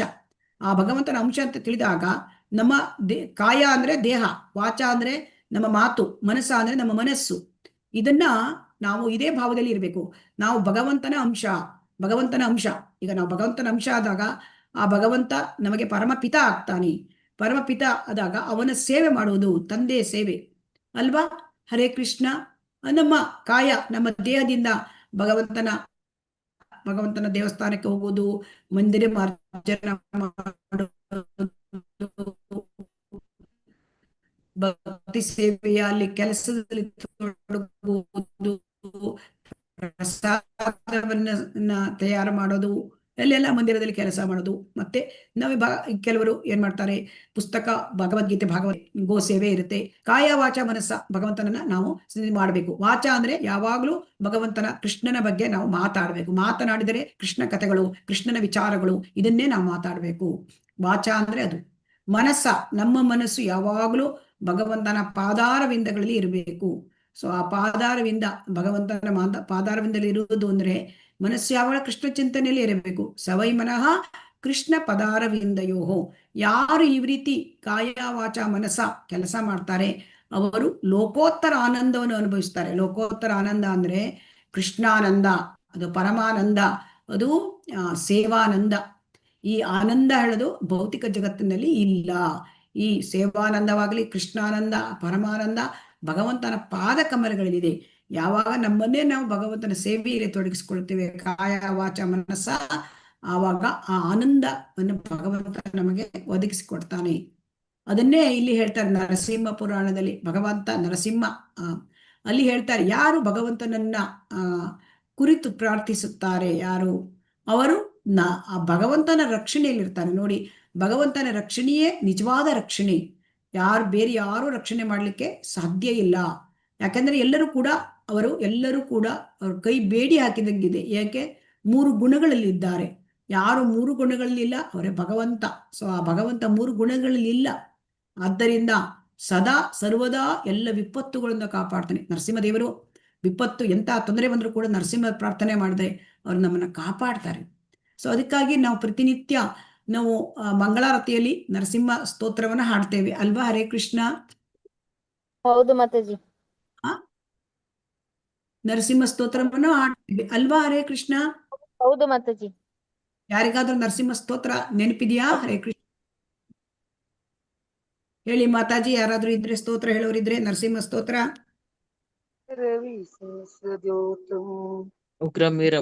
ಉಗ್ರಮೀರ ಮಾತಾಜಿ. ಅದು ನರಸಿಂಹ ಮಂತ್ರ ಆಗ್ತದೆ. ಉಗ್ರಂ ವೀರಂ ಮಹಾವಿಷ್ಣುಂ ವಿಷ್ಣುಂ ಜ್ವಲಂತಂ ಜ್ವಲಂತಂ ಸರ್ವತೋಮುಖಂ ನರಸಿಂಹಂ ಭೀಷಣಂ ಭದ್ರಂ ಮೃತ್ಯುಂ ನಮಾಮ್ಯಹಂ. ಉಗ್ರಂ ವೀರಂ ಮಹಾವಿಷ್ಣುಂ ಜ್ವಲಂತಂ ಸರ್ವತೋಮುಖಂ ನರಸಿಂಹಂ ಭೀಷಣಂ ಭದ್ರಂ ಮೃತ್ಯು ನಮಾಮ್ಯಹಂ. ಹರೇ ಕೃಷ್ಣ ಆಮೇಲೆ ಮಾತಾಜಿ. ನರಸಿಂಹ ಮಂತ್ರವನ್ನ ಪ್ರತಿನಿತ್ಯ ಹೇಳ್ತಾರೆ. ನಮಸ್ತೆ ನರಸಿಂಹಾಯ ಪ್ರಹ್ಲಾದಲದದಾಯಿನೇ ಹಿರಣ್ಯಕಶಿಪೋ ವಕ್ಷಃ ಶಿಲಾಟಂಕನಕಾಲಯೇ ಇತೋ ನರಸಿಂಹ ಪರತೋ ನರಸಿಂಹ ಯತೋ ಯತೋ ಯಾಮಿ ತತೋ ನರಸಿಂಹ ಬಾಹ್ಯೇ ನರಸಿಂಹ ಹೃದಯೇ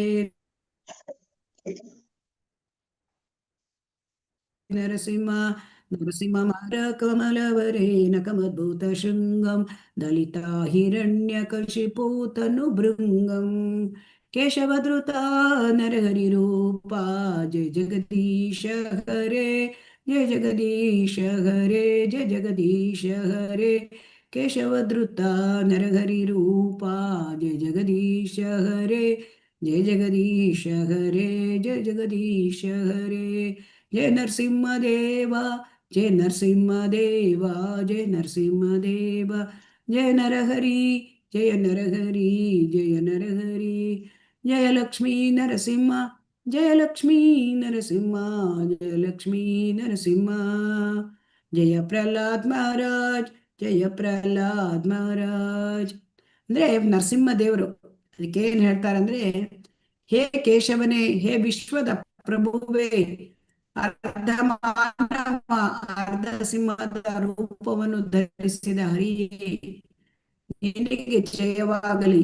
ಒಂದು ಕಣಜದ ಹುಳುವನ್ನು ಕೈಯ ಉಗುರುಗಳಿಂದ ಹಿಸುಕಿದಂತೆ ದೈತ್ಯನಾದ ಹಿರಣ್ಯಕಶಿಪುವನ್ನು ಹಿಸುಕಿ ಹಾಕಿದವು ಅಂತ ದೈತ್ಯರನ್ನ ಸಂಹಾರ ಮಾಡಿದಾನೆ. ಹಾಗೆ ಅವನು ನಮ್ಮನ್ನು ಶ್ರೀ ಪ್ರಹ್ಲಾದ ಮಹಾರಾಜನನ್ನು ಕಾಪಾಡಿದ್ದಾನೆ. ಹಾಗೆ ನಮ್ಮನ್ನು ಕೂಡ ಸರ್ವದ ಎಲ್ಲ ವಿಪತ್ತುಗಳಿಂದ ನಮ್ಮನ್ನು ಕಾಪಾಡ್ತಾನೆ. ಹರೇ ಕೃಷ್ಣ. ಇದನ್ನು ಓದಿ ಹರೇ ಕೃಷ್ಣ.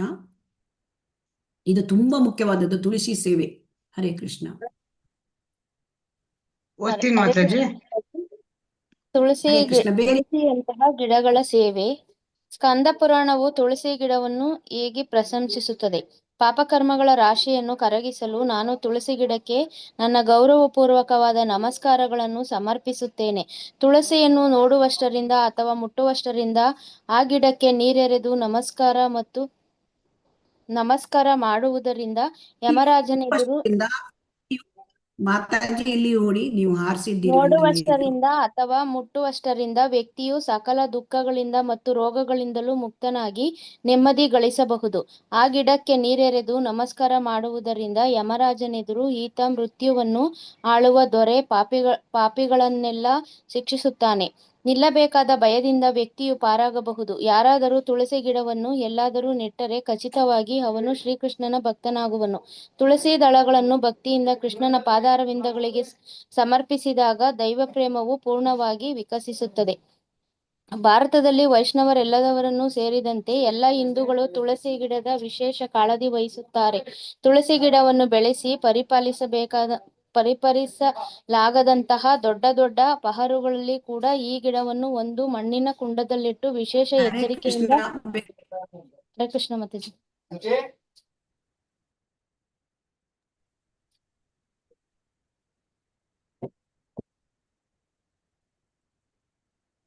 ಹರೇ ಕೃಷ್ಣ ಮಾತಾಜಿ. ಪಹರುಗಳಲ್ಲಿ ಕೂಡ ಈ ಗಿಡವನ್ನು ಒಂದು ಮಣ್ಣಿನ ಕುಂಡದಲ್ಲಿಟ್ಟು ವಿಶೇಷ ಎಚ್ಚರಿಕೆಯಿಂದ ನೋಡಿಕೊಳ್ಳಲಾಗುತ್ತದೆ. ಗಿಡಕ್ಕೆ ನೀರೆರೆದು ಪೂಜಿಸಲಾಗುತ್ತದೆ, ಏಕೆಂದರೆ ಭಕ್ತಿ ಸೇವೆಯಲ್ಲಿ ತುಳಸಿ ಪೂಜೆಯು ಬಹು ಮುಖ್ಯವಾದದ್ದು. ತುಳಸಿಯ ಹರೇ ಕೃಷ್ಣ ಮಾತಾಜಿ. ಧನ್ಯವಾದಗಳು. ವಿಶೇಷ ಎಚ್ಚರಿಕೆಯಿಂದ ನೋಡಿಕೊಳ್ಳಲಾಗುತ್ತದೆ, ಗಿಡಕ್ಕೆ ನೀರೆರೆದು ಪೂಜಿಸಲಾಗುತ್ತದೆ, ಏಕೆಂದರೆ ಭಕ್ತಿ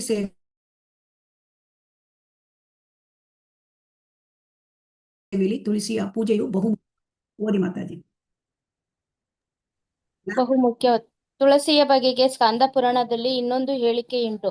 ಅದು ಹೀಗಿದೆ: ಎಲ್ಲ ದೃಷ್ಟಿಗಳಿಂದಲೂ ತುಳಸಿಯು ಮಂಗಳಕರವಾದದ್ದು. ಅದನ್ನು ನೋಡುವಷ್ಟರಿಂದ ಇದನ್ನು ಓದಿ ಹರೇ ಕೃಷ್ಣ. ಬೇರೆಯವರು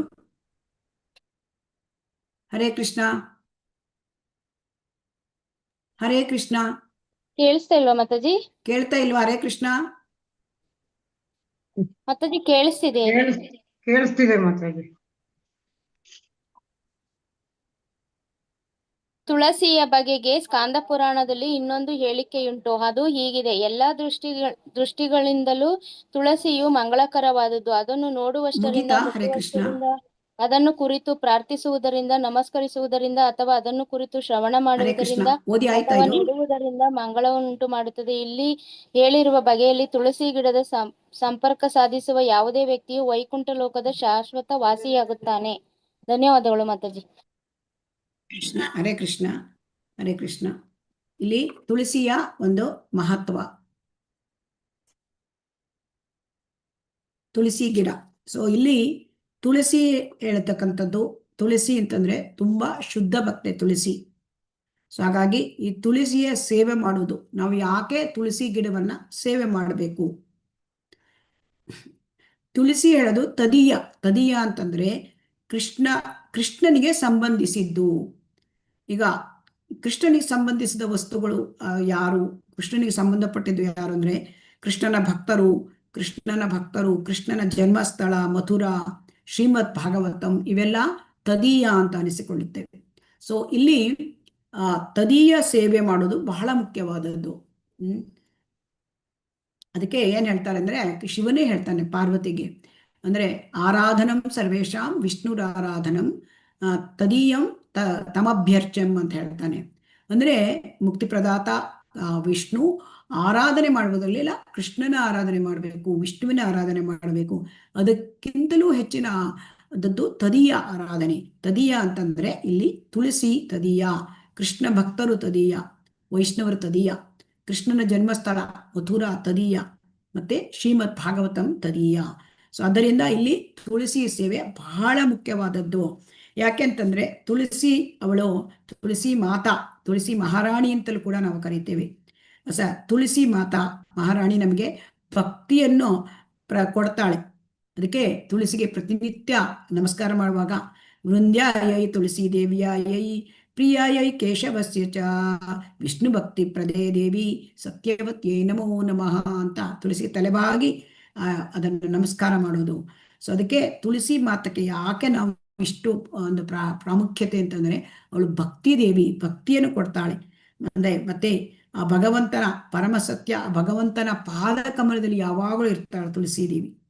ಸೊ ಹಾಗಾಗಿ ಅವಳಿಗೆ ನಾವು ನಮ್ಮ ಗೌರವವನ್ನ ಸಲ್ಲಿಸ್ತಕ್ಕಂಥದ್ದು, ಪ್ರತಿನಿತ್ಯ ತುಳಸಿ ಪೂಜೆಯನ್ನು ಮಾಡ್ತಕ್ಕಂಥದ್ದು, ಪ್ರತಿನಿತ್ಯ ತುಳಸಿಗೆ ಆರತಿಯನ್ನು ಮಾಡ್ತಕ್ಕಂಥದ್ದು, ಇದು ಬಹಳ ಮುಖ್ಯ ವೈಷ್ಣವ ಆಚರಣೆ.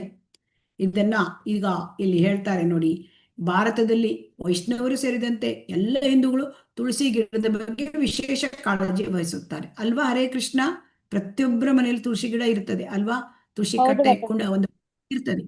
ಯಾಕೆ ಇದು ಬಹಳ ಮುಖ್ಯವಾದದ್ದು ಅಂತಂದ್ರೆ, ಈ ತುಳಸಿ ಗಿಡ, ಈ ತುಳಸಿ ಹೇಳ್ತಕ್ಕಂಥಳು ವೃಂದಾದೇವಿ.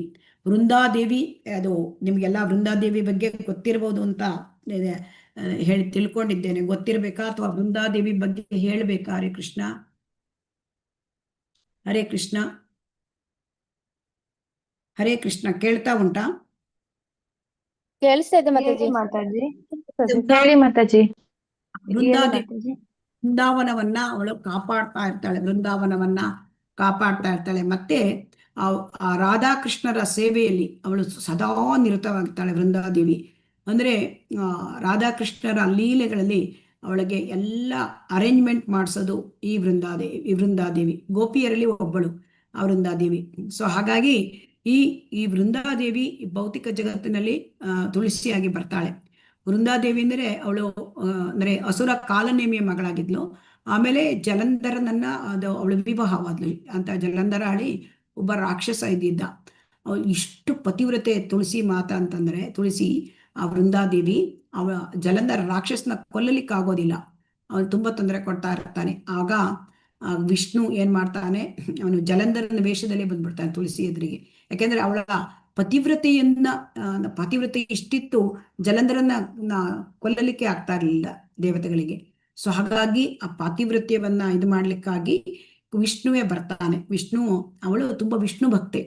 ಸೊ ಅದಾದ್ಮೇಲೆ ಅವಳು ತನ್ನ ಪತಿ ಅಂತ ಮಾಡಿಬಿಡ್ತಾಳೆ, ಅಂದ್ರೆ ಗ್ರಹಿಸ್ತಾಳೆ. ಅವಾಗ ವಿಷ್ಣು ಅಂದ್ರೆ ತನ್ನ ನಿಜ ರೂಪ ತೋರಿಸಿದಾಗ ಅವಳಿಗೆ ಇದಾಗತ್ತೆ, ನೀನು ಮೋಸ ಆಗಿದ್ಯಾ, ನೀನು ನನಗೆ ನೀನು ಕಲ್ಲಾಗಿ ಬಿಡು ಹೇಳ್ತಾಳೆ. ಆಗ ಅದು ಎಲ್ಲರಿಗೂ ಗೊತ್ತಿದ್ದಂತೆ ಸಾಲಿಗ್ರಾಮ ಶಿಲೆ ಆಗ್ತಾನೆ ವಿಷ್ಣು. ಸಾಲಿಗ್ರಾಮ ಶಿಲೆಯಾಗಿ ಅಲ್ಲಿ ನೀವು ನೋಡ್ಬೋದು ಗಂಡಕಿ ನದಿ ಅಲ್ಲಿ ನೇಪಾಳದಲ್ಲಿ ಅದರ ಸುತ್ತ ಅಲ್ಲ ಸಾಲಿಗ್ರಾಮ ಶಿಲೆಗಳಿವೆ. ಸಾಲಿಗ್ರಾಮ ಶಿಲೆ ತುಂಬಾ ಮುಖ್ಯವಾದದ್ದು. ಭಗವಂತನೇ, ಕೃಷ್ಣನೇ. ಸೊ ಆಮೇಲೆ ತುಳಸಿ ಗಿಡವಾಗಿ ಅವಳು, ಆಮೇಲೆ ಭಗವಂತ ಅವಳಿಗೆ ತುಳಸಿ ಗಿಡವಾಗುವಂತ ಮಾಡ್ತಾನೆ. ಸೊ ಹಾಗಾಗಿ ಇಲ್ಲಿ ತುಳಸಿ ವಿವಾಹ ಅಂತ ನಡೀತದೆ. ಈಗ ಸದ್ಯದಲ್ಲೇ ತುಳಸಿ ವಿವಾಹ ಇದೆ. ಸೊ ಹಾಗಾಗಿ ಇಲ್ಲಿ ನಾವು ತಿಳ್ಕೊಳ್ಬೇಕು, ಭಗವಂತನ ಅವಳು ಶುದ್ಧ ಭಕ್ತೆ. ಸೊ ಹಾಗಾಗಿ ಆ ತುಳಸಿ ಗಿಡಕ್ಕೆ ನಾವು ತುಳಸಿ ಗಿಡವನ್ನ ನಾವು ತುಂಬಾ ತುಳಸಿಯನ್ನ ನಾವು ತುಂಬಾ ಗೌರವಯುತವಾಗಿ ಅದನ್ನ ನಾವು ಸೇವೆ ಮಾಡಬೇಕು. ಇಲ್ಲಿ ಏನಂತ ಕೇಳಿದ್ರೆ, ನೀವು ನೋಡಿ, ಮಂದಾರ ಇದೆ, ಸಂಪಿಗೆ ಇದೆ, ಪುನ್ನಾಗ ಇದೆ, ಬಕುಲ ಪುಷ್ಪ ಇದೆ, ಲಿಲಿ ಇದೆ, ಪಾರಿಜಾತ ಇದೆ. ಇವೆಲ್ಲ ತುಂಬಾ ಸುವಾಸನಯುಕ್ತವಾದ ಹೂಗಳು ಅಲ್ವಾ? ಹರೇ ಕೃಷ್ಣ. ಹರೇ ಕೃಷ್ಣ. ಎಲ್ಲ ಸುವಾಸನಯುಕ್ತ. ಆದ್ರೆ ಇಲ್ಲಿ ತುಳಸಿ ಇದು ತುಂಬಾ ಪವಿತ್ರವಾದದ್ದಂತೆ ತುಳಸಿ. ಸೊ ಹಾಗಾಗಿ ಅವೆಲ್ಲವೂ ಕೂಡ ಎಲ್ಲ ಈ ಹೂಗಳು ಹಾಕಿದ್ರು ಕೂಡ, ಎಷ್ಟು ಹಾಕಿದ್ರು ಕೃಷ್ಣನಿಗೆ ತುಳಸಿ ಇಲ್ಲದೆ ಆಗೋದಿಲ್ಲ. ತುಳಸಿ ಅಂದ್ರೆ ಯಾವಾಗಲೂ ತುಂಬಾ ಅದು ಪ್ರೀತಿ ಕೃಷ್ಣನಿಗೆ. ಸೊ ಹಾಗಾಗಿ ಇಲ್ಲಿ ನಾವು ತಿಳ್ಕೋಬೇಕು, ತುಳಸಿ ಮಾತೆ.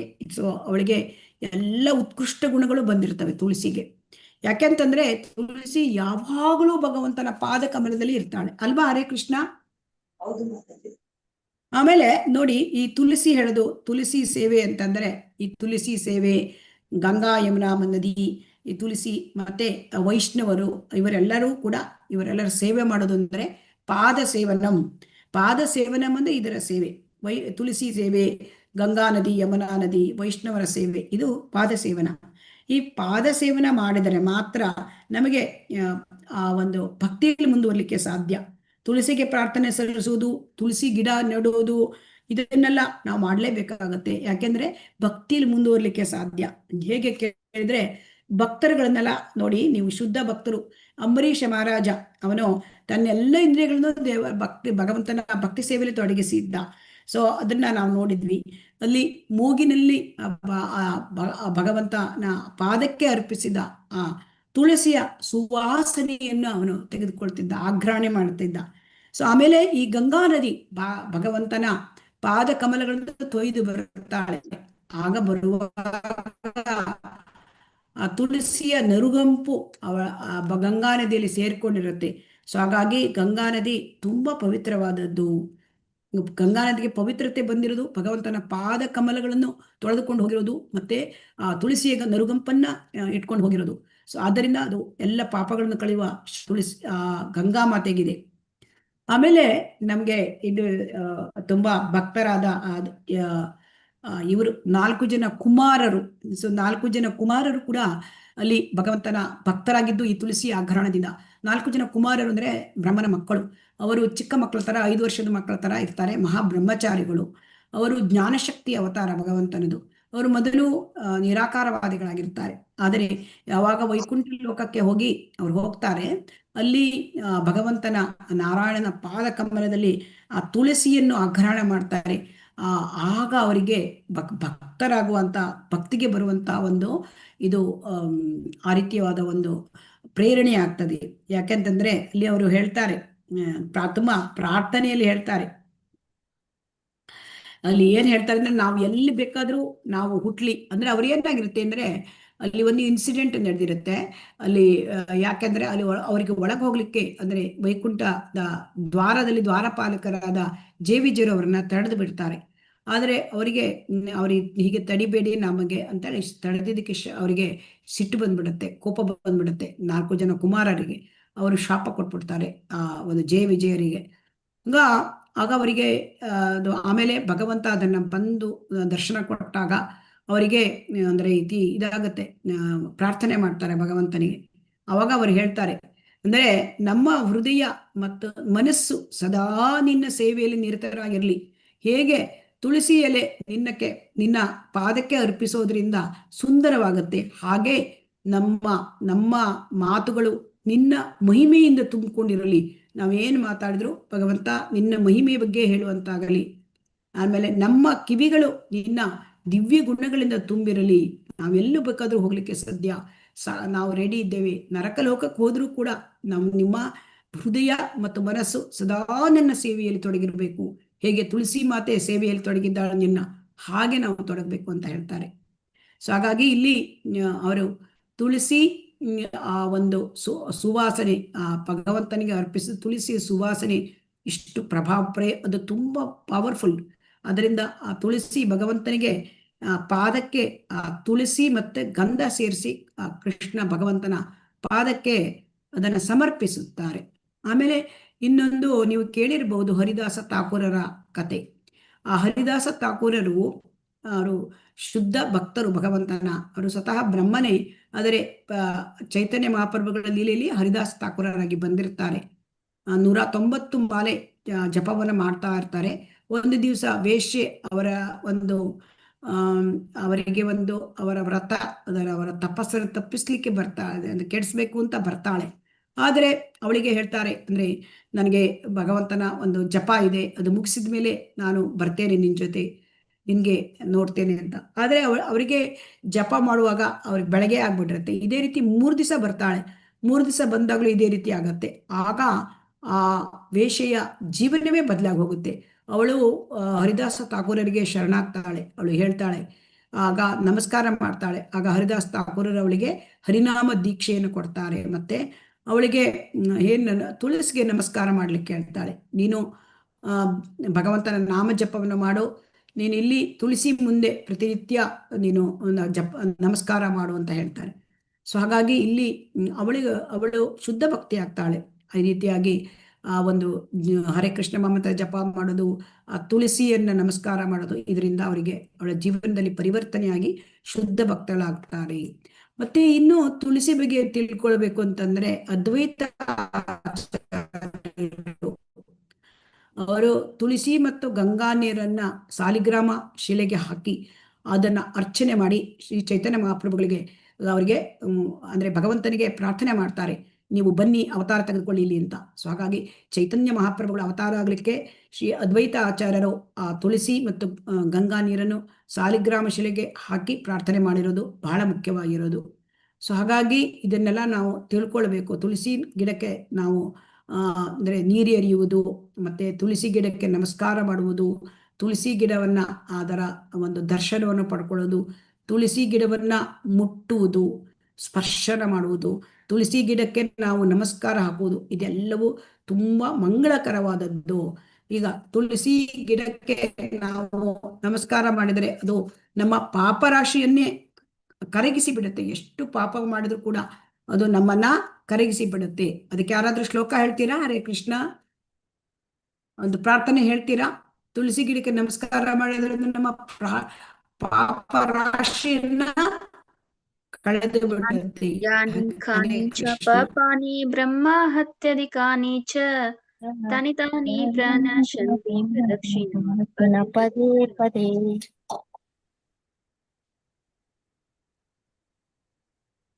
ಹರಿ ಬೋಲ್. ಶ್ರೀಮತಿ ತುಳಸಿ ದೇವಿಯ ಕೂಡ ಪ್ರತಿ ಹೆಜ್ಜೆ ಹೆಜ್ಜೆಗೂ ಕೂಡ ನಾಶವಾಗುತ್ತೆ. ಒಂದೊಂದು ಹೆಜ್ಜೆ ಇಟ್ಟರು ಕೂಡ ತುಳಸಿಯನ್ನು ಪ್ರದಕ್ಷಿಣೆ ಮಾಡುವಾಗ ನಮ್ಮ ಪಾಪಗಳು ನಾಶವಾಗುತ್ತೆ.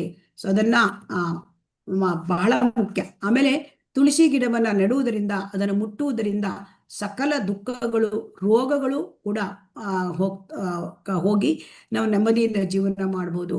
ಮತ್ತೆ ತುಳಸಿ ಗಿಡ ಎಲ್ಲಾದ್ರೂ ನಾವು ನೆಟ್ರೆ ಕೃಷ್ಣ ಭಕ್ತರಾಗ್ಬೋದು. ತುಳಸಿ ಗಿಡವನ್ನು ನೆಟ್ರೆ ಮತ್ತೆ ತುಳಸಿ ದಳವನ್ನ ಭಕ್ತಿಯಿಂದ ಕೃಷ್ಣನ ಪಾದಾರವಿಂದಗಳಿಗೆ ನಾವು ಸಮರ್ಪಿಸಿದರೆ ನಾವು ನಮ್ಮಲ್ಲಿ ಕೃಷ್ಣ ಪ್ರೇಮ, ಆ ಕೃಷ್ಣನ ಬಗ್ಗೆ ಭಕ್ತಿ ಅದು ಪೂರ್ಣವಾಗಿ ವಿಕಸಿಸಿ ಕೃಷ್ಣ ಪ್ರೇಮವನ್ನು ಕೂಡ ನಾವು ಪಡ್ಕೊಳ್ಬಹುದು. ಸೊ ಹಾಗಾಗಿ ಇಲ್ಲಿ ತುಂಬಾ ಮುಖ್ಯವಾದದ್ದು. ಹಾಗಾಗಿ ಇಲ್ಲಿ ವನ ಅಂದ್ರೆ ತುಳಸಿ ವನ, ವೃಂದಾವನ ಅಂತ ನಾವು ಕೇಳಿದ್ದೇವೆ ಅಲ್ವಾ? ಹರೇ ಕೃಷ್ಣ. ತುಳಸಿ ವೃಂದಾವನ ಅಂತ ನಾವು ಕೇಳಿದ್ದೇವೆ ಅಲ್ವಾ? ಹರೇ ಕೃಷ್ಣ. ಕೇಳುತ್ತಾ? ಹರೇ ಕೃಷ್ಣ. ವನ ಅಂದ್ರೆ ಇಲ್ಲಿ ಕಾಡು. ವನ ಅಂದ್ರೆ ಕಾಡು. ವೃಂದಾವನ ಅಂದ್ರೆ ತುಳಸಿ ಎಲ್ಲಿ ಸಮೃದ್ಧಿಯಿಂದ ಬೆಳೆದಿರುತ್ತದೆ ಅದು ವೃಂದಾವನ. ಸೊ ಹಾಗಾಗಿ ಧ್ರುವ ಮಹಾರಾಜ ಏನ್ ಹೇಳ್ತಾನೆ, ಅವನು ಕಾಡಿಗೆ ಹೋಗಿ ಅಲ್ಲಿ ತಪಸ್ಸು ಮಾಡ್ತಾನೆ. ಅದೇ ರೀತಿ ಪ್ರಹ್ಲಾದ ಮಹಾರಾಜ ಏನ್ ಹೇಳ್ತಾನೆ, ಅಂದ್ರೆ ಗೃಹಸ್ಥರು ತಮ್ಮ ಜೀವನದ ಎಲ್ಲ ಕಲ್ಮಶವನ್ನು ಕಳ್ಕೋಬೇಕು ಅಂದ್ರೆ ಕಾಡಿಗೆ ಹೋಗಿ ಅಲ್ಲಿ ಭಗವಂತನ ಆಶ್ರಯ ತಗೋಬೇಕು, ವನಂಗಚ್ಚ ಅಂತ ಹೇಳ್ತಾರೆ. ಅಂದ್ರೆ ಇಲ್ಲಿ ಗೌಡಿಯ ವೈಷ್ಣವ ಸಂಪ್ರದಾಯ, ಇಸ್ಕಾನಿನ ಸಂಪ್ರದಾಯ. ಸೊ ಇಲ್ಲಿ ವನ ಅಂದರೆ ವೃಂದಾವನ. ಸೊ ವೃಂದಾವನದಲ್ಲಿ ಯಾರಿರ್ತಾರೆ? ವೃಂದಾವನೇಶ್ವರಿ ಶ್ರೀಮತಿ ರಾಧಾರಾಣಿ. ಅವಳ ಆಶ್ರಯ ತೆಗೆದುಕೊಂಡ್ರೆ ಜೀವನ ಎಲ್ಲ ಸಮಸ್ಯೆಗಳು ಕೂಡ ಪರಿಹಾರ ಆಗುತ್ತೆ. ಈ ಹುಟ್ಟು ಸಾವು, ಮುಪ್ಪು, ರೋಗ, ಈ ತ್ರಿವಿಧ ತಾಪತ್ರಯಗಳು ಎಲ್ಲವೂ ಹೋಗುತ್ತೆ. ಅದಕ್ಕೆ ಶ್ರೀ ಚೈತನ್ಯ ಮಹಾಪ್ರಭುಗಳು ಹೇಳ್ತಾರೆ, ಎಲ್ಲಿ ಬೇಕಾದ್ರೂ ಹೋಗಿ ಅಲ್ಲಿ ಅಂದ್ರೆ ಭಾರತ ಜನ್ಮ ಇಲ್ಲ ಯಾರ, ಜನ್ಮ ಸಾರ್ಥಕ ಕರ ಉಪರ ಉಪಕಾರ. ಎಲ್ಲಿ ಭಾರತದಲ್ಲಿ ಜನ್ಮ ತೆಗೆದುಕೊಂಡ್ರೆ ಬೇರೆ ಬೇರೆ ಪ್ರಪಂಚದ ಮೂಲೆಗೆ ಎಲ್ಲಿ ಹೋಗಿ ಅಲ್ಲಿ ಜನರಿಗೆ ಉಪದೇಶ ಮಾಡಿ ಹೇಳ್ತಾರೆ. ಯಾರದೇಕ ತಾರಕಃ ಕೃಷ್ಣ ಉಪದೇಶ ಅಂತ ಹೇಳ್ತಾರೆ. ಶ್ರೀಲ ಪ್ರಭುಪಾದ ಏನ್ ಹೇಳ್ತಾರೆ ಅಂದ್ರೆ, ಈ ಪ್ರಪಂಚದ ಮೂಲೆಗೆ ಭಕ್ತಿ ಸಿದ್ಧಾಂತ ಸರಸ್ವತಿಯವರು ಕೂಡ ಹೇಳಿದ್ದಾರೆ, ಹೋಗಿ ಜನರಿಗೆ ಉಪದೇಶ ಕೊಡಿ. ಏನಂತ ಉಪದೇಶ ಕೊಡೋದು? ಇದರಲ್ಲಿ 3 ಮುಖ್ಯವಾದದ್ದು: 4 ನಿಯಂತ್ರಕ ತತ್ವಗಳ ಪಾಲನೆ, ಮತ್ತೆ ಸದಾ ಹರೇ ಕೃಷ್ಣ ಮಹಾಮಂತ್ರ ಜಪ ಮತ್ತು ತುಳಸಿ ಗಿಡದ ಪೂಜೆ. ಅದಕ್ಕೆ ಶ್ರೀಲ ಪ್ರಭುಪಾದರು ಇದಕ್ಕೆ ತುಂಬಾ ಮಹತ್ವ ಕೊಟ್ಟಿದ್ದಾರೆ. ತುಳಸಿ ಗಿಡದ ಪೂಜೆ, ತುಳಸಿಗೆ ಆರತಿ ಪೂಜೆ, ದಿನನಿತ್ಯ ತುಳಸಿಗೆ ಒಂದು ಹಾಡನ್ನ ಹೇಳಿ ತುಳಸಿಗೆ ಪ್ರಾರ್ಥನೆ ಮಾಡಿ, ಮತ್ತೆ ತುಳಸಿಗೆ ಆರತಿಯನ್ನು ಎತ್ತಿ, ಮತ್ತೆ ತುಳಸಿಗೆ ನೀರನ್ನು ಹಾಕಬೇಕು. ಇದು ಬಹಳ ಮುಖ್ಯವಾದದ್ದು. ಈ ತುಳಸಿ ಒಂದು ಇದನ್ನ ಅವರು ಪಾಶ್ಚಾತ್ಯ ದೇಶಕ್ಕೆ ಹೋದಾಗ ತುಂಬಾ ಚಳಿ ಅಲ್ವಾ, ಅಲ್ಲಿ ಹಿಮದಲ್ಲಿ ತುಳಸಿ ಬೆಳೀತಿರ್ಲಿಲ್ಲ. ಸೊ ಆಗ ಗೋವಿಂದ ದಾಸಿ ದೇವಿದಾಸಿ ಅಂತ ಒಬ್ಬ ಭಕ್ತೆ ಶೀಲ ಪ್ರಭುಪಾದರದ್ದು ತುಳಸಿ ಗಿಡವನ್ನ ತುಂಬಾ ಸಂರಕ್ಷಣೆ ಮಾಡಿ ಬೆಳೆಸಿದ್ಲು. ಅದರಿಂದ ಮತ್ತೆ ಎಲ್ಲಾ ಕಡೆಗೂ ತುಳಸಿ ಗಿಡ ಬೆಳಿಲಿಕ್ಕಾಯಿತು. ಸೊ ಹಾಗಾಗಿ ಶ್ರೀಲ ಪ್ರಭುಪಾದರು ಅವಳ ಬಗ್ಗೆ ಹೇಳ್ತಾರೆ. ಅಂದ್ರೆ ತುಂಬಾ ಖುಷಿಯಾಗಿದೆ ಶ್ರೀಲ ಪ್ರಭುಪಾದರಿಗೆ. ಗೋವಿಂದ ದೇವದಾಸಿ ತುಳಸಿ ಗಿಡವನ್ನ ಬೆಳೆದಲು. ಸೊ ಅದನ್ನ ಹೇಳ್ತಾರೆ ಶ್ರೀಲ ಪ್ರಭುಪಾದರು ಯಾವಾಗ್ಲೂ. ಸೊ ಹಾಗಾಗಿ ನಾವು ತುಳಸಿ ಗಿಡವನ್ನ ನಾವು ಮನೆಯಲ್ಲಿ ಬೆಳೆಸ್ಕೊಳ್ಬೇಕು. ತುಳಸಿ ಗಿಡವನ್ನ, ತುಳಸಿಗೆ ಯಾಕೆ ಅಂತಂದ್ರೆ ತುಳಸಿ ಮಾತೆಗೆ ಉತ್ಕೃಷ್ಟ ಎಲ್ಲ ಒಳ್ಳೆ ಗುಣಗಳು ಬಂದಿರುತ್ತೆ. ಯಾಕೆಂದ್ರೆ ಅವಳು ಸದಾ ಕೃಷ್ಣನ ಪಾದದಲ್ಲಿ ಸಮರ್ಪಣೆಯಾಗಿ ಕೃಷ್ಣನ ಸೇವೆಯಲ್ಲೇ ತೊಡಗಿರ್ತಾಳೆ. ಅಂದ್ರೆ ಇಲ್ಲಿ ಏನಂತ ಹೇಳ್ತಾ ಇದ್ದಾರೆ ಅಂತಂದ್ರೆ, ಒಮ್ಮೆ ಇಲ್ಲಿ ಭಾಗವತಮಲ್ಲಿ ಒಂದು ಶ್ಲೋಕ ಬರ್ತದೆ 3ನೇ ಅಧ್ಯಾಯದಲ್ಲಿ. ಸೊ ಇಲ್ಲಿ ಒಂದು ಹೋಲಿಕೆ ಕೊಟ್ಟಿದ್ದಾರೆ. ಏನಂತಂದ್ರೆ, ಭಾಗವತದಲ್ಲಿ ಏನು ಅಂತ ಹೋಲಿಕೆ ಕೊಟ್ಟಿದ್ದಾರೆ ತುಳಸಿ ದೇವಿಗೆ ಮತ್ತು ಇದಕ್ಕೆ ಲಕ್ಷ್ಮೀ ದೇವಿಗೆ ಹೋಲಿಕೆ ಕೊಟ್ಟಿದ್ದಾರೆ. ಅಂದ್ರೆ ಭಗವಂತನ ಪಾದ ಕಮಲದಲ್ಲಿ ತುಳಸಿ ದೇವಿ ಯಾವಾಗಲೂ ಅಲ್ಲಿ ಅರ್ಪಿತವಾಗಿರ್ತಾಳೆ. ಮತ್ತು ಆ ಭಗವಂತನ ಪಾದ ಕಮಲ ತುಳಸಿ ದೇವಿ ಅರ್ಪಣೆಯಾಗಿದ್ದಾಗ ಭೃಂಗರಾಜ ಅವನು ಹಾರಾಡ್ತಾನಂತೆ ತುಳಸಿ ದೇವಿಯ ಇದ್ರ ಮೇಲೆ. ಯಾಕೆಂದ್ರೆ ಈ ಭೃಂಗ ಹೇಳೋದು ಇದು ಏನಂತಂದ್ರೆ ದುಂಬಿ. ಆ ದುಂಬಿ ಎಲ್ಲ ಒಂಥರ ಗಿಡದಲ್ಲಿ ಇರುವ ಹೂವಿಗೆ ಅದು ಹೋಗಿ ಹಾರಾಡ್ತದೆ ಅಲ್ವಾ? ಹರೇ ಕೃಷ್ಣ,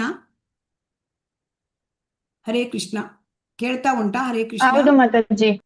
ಆದರೆ ಇಲ್ಲಿ ನೋಡಿ, ಭಗವಂತನ ಪಾದ ಕಮಲದಲ್ಲಿ ತುಳಸಿ ಮೇಲೆ ಭೃಂಗರಾಜ ಹೋಗ್ತಾನಂತೆ. ಅಂದ್ರೆ ಅಲ್ಲಿ ಭಗವಂತನ ಪಾದ ಕಮಲದಲ್ಲಿ ಅಥವಾ ಭಗವಂತನಿಗೆ ಸಂಬಂಧಪಟ್ಟ ಎಲ್ಲ ವಸ್ತುಗಳು ಕೂಡ ಅವು ಚೈತನ್ಯ, ಅವು ಅಂದ್ರೆ ಸದಾ ಅಂದ್ರೆ ಇದಿರ್ತದೆ, ಅಂದ್ರೆ ಸದಾ ಹೊಸದಾಗಿ ಇರ್ತದೆ. ಸೊ ಅದಕ್ಕೆ ಹೇಳ್ತಾರೆ. ಹಾಗೆ ಇಲ್ಲಿ ಲಕ್ಷ್ಮೀ ದೇವಿ ಕೂಡ ಭಗವಂತನ ಹೃದಯ ಕಮಲದಲ್ಲಿ ಇರ್ತಾಳೆ ಅಲ್ವಾ? ಮತ್ತೆ ಪಾದ ಕಮಲದಲ್ಲಿ ಸೇವೆ ಮಾಡ್ತಾ ಇರ್ತಾಳೆ. ಆದ್ರೆ ಇಲ್ಲಿ ಏನಾಗಿದೆ ಅಂತಂದ್ರೆ, ತುಳಸಿ ದೇವಿ ತುಳಸಿ ದೇವಿ ಯಾವಾಗಲೂ ಅಲ್ಲೇ ಇರ್ತಾಳೆ. ಆದರೆ ಲಕ್ಷ್ಮೀ ದೇವಿ ಏನಾಗುತ್ತೆ, ಅವಳಿಗೆ ಆ ಲಕ್ಷ್ಮೀ ದೇವಿಗೆ ಏನಾಗುತ್ತೆ ಅಂತಂದ್ರೆ, ಅವಳ ಭಕ್ತರು ಲಕ್ಷ್ಮೀ ದೇವಿ ಬೇಕು ಅಂತ ಪ್ರಾರ್ಥನೆ ಮಾಡಿದಾಗ ಲಕ್ಷ್ಮೀ ದೇವಿ ಭಗವಂತನ ವಕ್ಷಸ್ಥಳದಲ್ಲಿ ಇದ್ದಾಳೆ, ಭಗವಂತನ ಪಾದಕಮಲ ಸೇವೆ ಮಾಡ್ತಾಳೆ. ಆದರೂ ಕೂಡ ಆ ಭಕ್ತರನ್ನ ಅನುಗ್ರಹಿಸ್ಲಿಕ್ಕಾಗಿ, ತನಗೆ ಪ್ರಾರ್ಥನೆ ಮಾಡಿದ ಭಕ್ತರನ್ನು ಸುಪ್ರೀತಗೊಳಿಸ್ಲಿಕ್ಕಾಗಿ ಅವಳು ಕೆಲವು ವೇಳೆ ಬಿಟ್ಟು ಹೋಗ್ಬೇಕಾಗತ್ತೆ ಪಾದವನ್ನ ಭಗವಂತನ. ಸೊ ಆದರೆ ತುಳಸಿ ದೇವಿ ಆ ತನ್ನ ಭಗವಂತನ ಪಾದದಿಂದ ಸ್ವಲ್ಪವೂ ಕದಲೋದಿಲ್ಲ. ಸೊ ಹಾಗಾಗಿ ಕೃಷ್ಣನು ಲಕ್ಷ್ಮಿಯ ಸೇವೆಗಿಂತ ತುಳಸಿಯ ಸೇವೆಯನ್ನು ಹೆಚ್ಚು ಮೆಚ್ಚಿಕೊಳ್ತಾನೆ. ಸೊ ಇದನ್ನ ತುಂಬಾ ನಾವು ತಿಳ್ಕೊಳ್ಬೇಕು, ತುಳಸಿಗೆ ಎಷ್ಟು ಮಹತ್ವ ಇದೆ ಅಂತ ನಾವು ತಿಳ್ಕೊಳ್ಬೇಕು. ಆಮೇಲೆ ತುಳಸಿಗೆ ಆರತಿ ಮಾಡಿದ್ದನ್ನ ನಾವು ಅದನ್ನ ದಿನನಿತ್ಯ ಆರತಿ ಮಾಡಿ ಅದನ್ನ ನಾವು ಆರತಿಯನ್ನು ತೆಗೆದುಕೊಳ್ಳಬೇಕು. ಇದು ಬಹಳ ಮುಖ್ಯವಾದದ್ದು, ತುಳಸಿ ಆರತಿ. ಹರೇ ಕೃಷ್ಣ ಅಲ್ವಾ? ಹರೇ ಕೃಷ್ಣ. ಎಲ್ಲರೂ ತೆಗೆದುಕೊಳ್ತೀರಾ ತುಳಸಿ ಆರತಿ? ಹೌದು ಮಾತಾಡಿ. ಇದನ್ನ ಹೇಳ್ತಾರೆ. ಅದರಿಂದ ಇಲ್ಲಿ ತುಂಬಾ ಮುಖ್ಯವಾದದ್ದು ತುಳಸಿ ಮಹಿಮೆ ತುಂಬಾ ಇದೆ. ತುಳಸಿಯ ಮಹಿಮೆ ಹಾಗಾಗಿ ಹಿಂದಿನ ಕಾಲದಿಂದಲೂ ಕೂಡ ಎಲ್ಲರೂ ಕೂಡ ತುಳಸಿ ಗಿಡವನ್ನ ವಿಶೇಷವಾಗಿ ಬೆಳೆಸಿ ಅದನ್ನ ಮಣ್ಣಿನ ಕುಂಡದಲ್ಲಿ ಇಟ್ಟು ವಿಶೇಷ ಎಚ್ಚರಿಕೆಯಿಂದ ಬೆಳೆಸ್ತಾರೆ. ಸೊ ಅದರಿಂದ ಎಲ್ಲಾ ದೃಷ್ಟಿಯಿಂದಲೂ ತುಳಸಿಯು ಮಂಗಳಕರವಾದದ್ದು. ಅದನ್ನು ನೋಡುವುದರಿಂದ, ಮುಟ್ಟುವುದರಿಂದ, ಅದನ್ನು ಪ್ರಾರ್ಥನೆ ಮಾಡುವುದರಿಂದ, ನಮಸ್ಕರಿಸುವುದರಿಂದ, ಮತ್ತೆ ಆ ತುಳಸಿ ದೇವಿಯ ಕುರಿತು ಶ್ರವಣ ಮಾಡುವುದರಿಂದ, ಅದನ್ನು ನೆಡುವುದರಿಂದ ನಮಗೆ ಮಂಗಳ ಉಂಟಾಗುತ್ತದೆ. ಆಮೇಲೆ ತುಳಸಿ ಗಿಡದ ಸಂಪರ್ಕ ಸಾಧಿಸುವ ಯಾವುದೇ ವ್ಯಕ್ತಿಯು ವೈಕುಂಠ ಲೋಕದಲ್ಲಿ ಶಾಶ್ವತ ವಾಸಿ ಆಗ್ತಾನೆ. ಆದ್ದರಿಂದ ತುಳಸಿ ಮಹಿಮೆ ತುಂಬಾ ಮುಖ್ಯವಾದದ್ದು. ಹಾಗಾಗಿ ತುಳಸಿ ಈ ಒಂದು ವೈಷ್ಣವ ಈ ಸಂಪ್ರದಾಯದಲ್ಲಿ ಮತ್ತೆ ಈ ಭಕ್ತಿ ಮಾರ್ಗದಲ್ಲಿ ತುಳಸಿಯ ಒಂದು ಪಾತ್ರ ಬಹಳ ಮುಖ್ಯವಾದದ್ದು. ಯಾರಾದ್ರೂ ತುಳಸಿ ಕೀರ್ತನ ಹೇಳ್ತೀರಾ? ಹರೇ ಕೃಷ್ಣ. ಇಲ್ಲಿ ಮುಕ್ತಾಯ ಮಾಡೋಣ. ಹರೇ ಕೃಷ್ಣ. ಮಾತಾಜಿ, ಹೇಳಿ ಮಾತಾಜಿ. ಮೊದ್ಲಿಂದ ಹೇಳ್ಬೇಕಾ ಮಾತಾಜಿ? ಹೇಳಿ ಮಾತಾಜಿ. ಹರೇ ಕೃಷ್ಣ ಮಾತಾಜಿ. ಹೇಳಿ ಮಾತಾಜಿ. ನಮೋ ನಮಃ ತುಳಸಿ ಕೃಷ್ಣ ಪ್ರೇಯಸಿ. ನಮೋ ನಮಃ ತುಳಸಿ ಕೃಷ್ಣ ಪ್ರೇಯಸಿ. ನಮೋ ನಮಃ ನಮೋ ನಮಃ ತುಳಸಿ ಕೃಷ್ಣ ಪ್ರೇಯಸಿ. ನಮೋ ನಮಃ ರಾಧಾ कृष्ण सेवा पावो यही अभिलाषी। ये तोमार शरण लोय तारा वांछा पूर्ण होय। कृपा कोरी कोरो तारे वृंदावन वासी।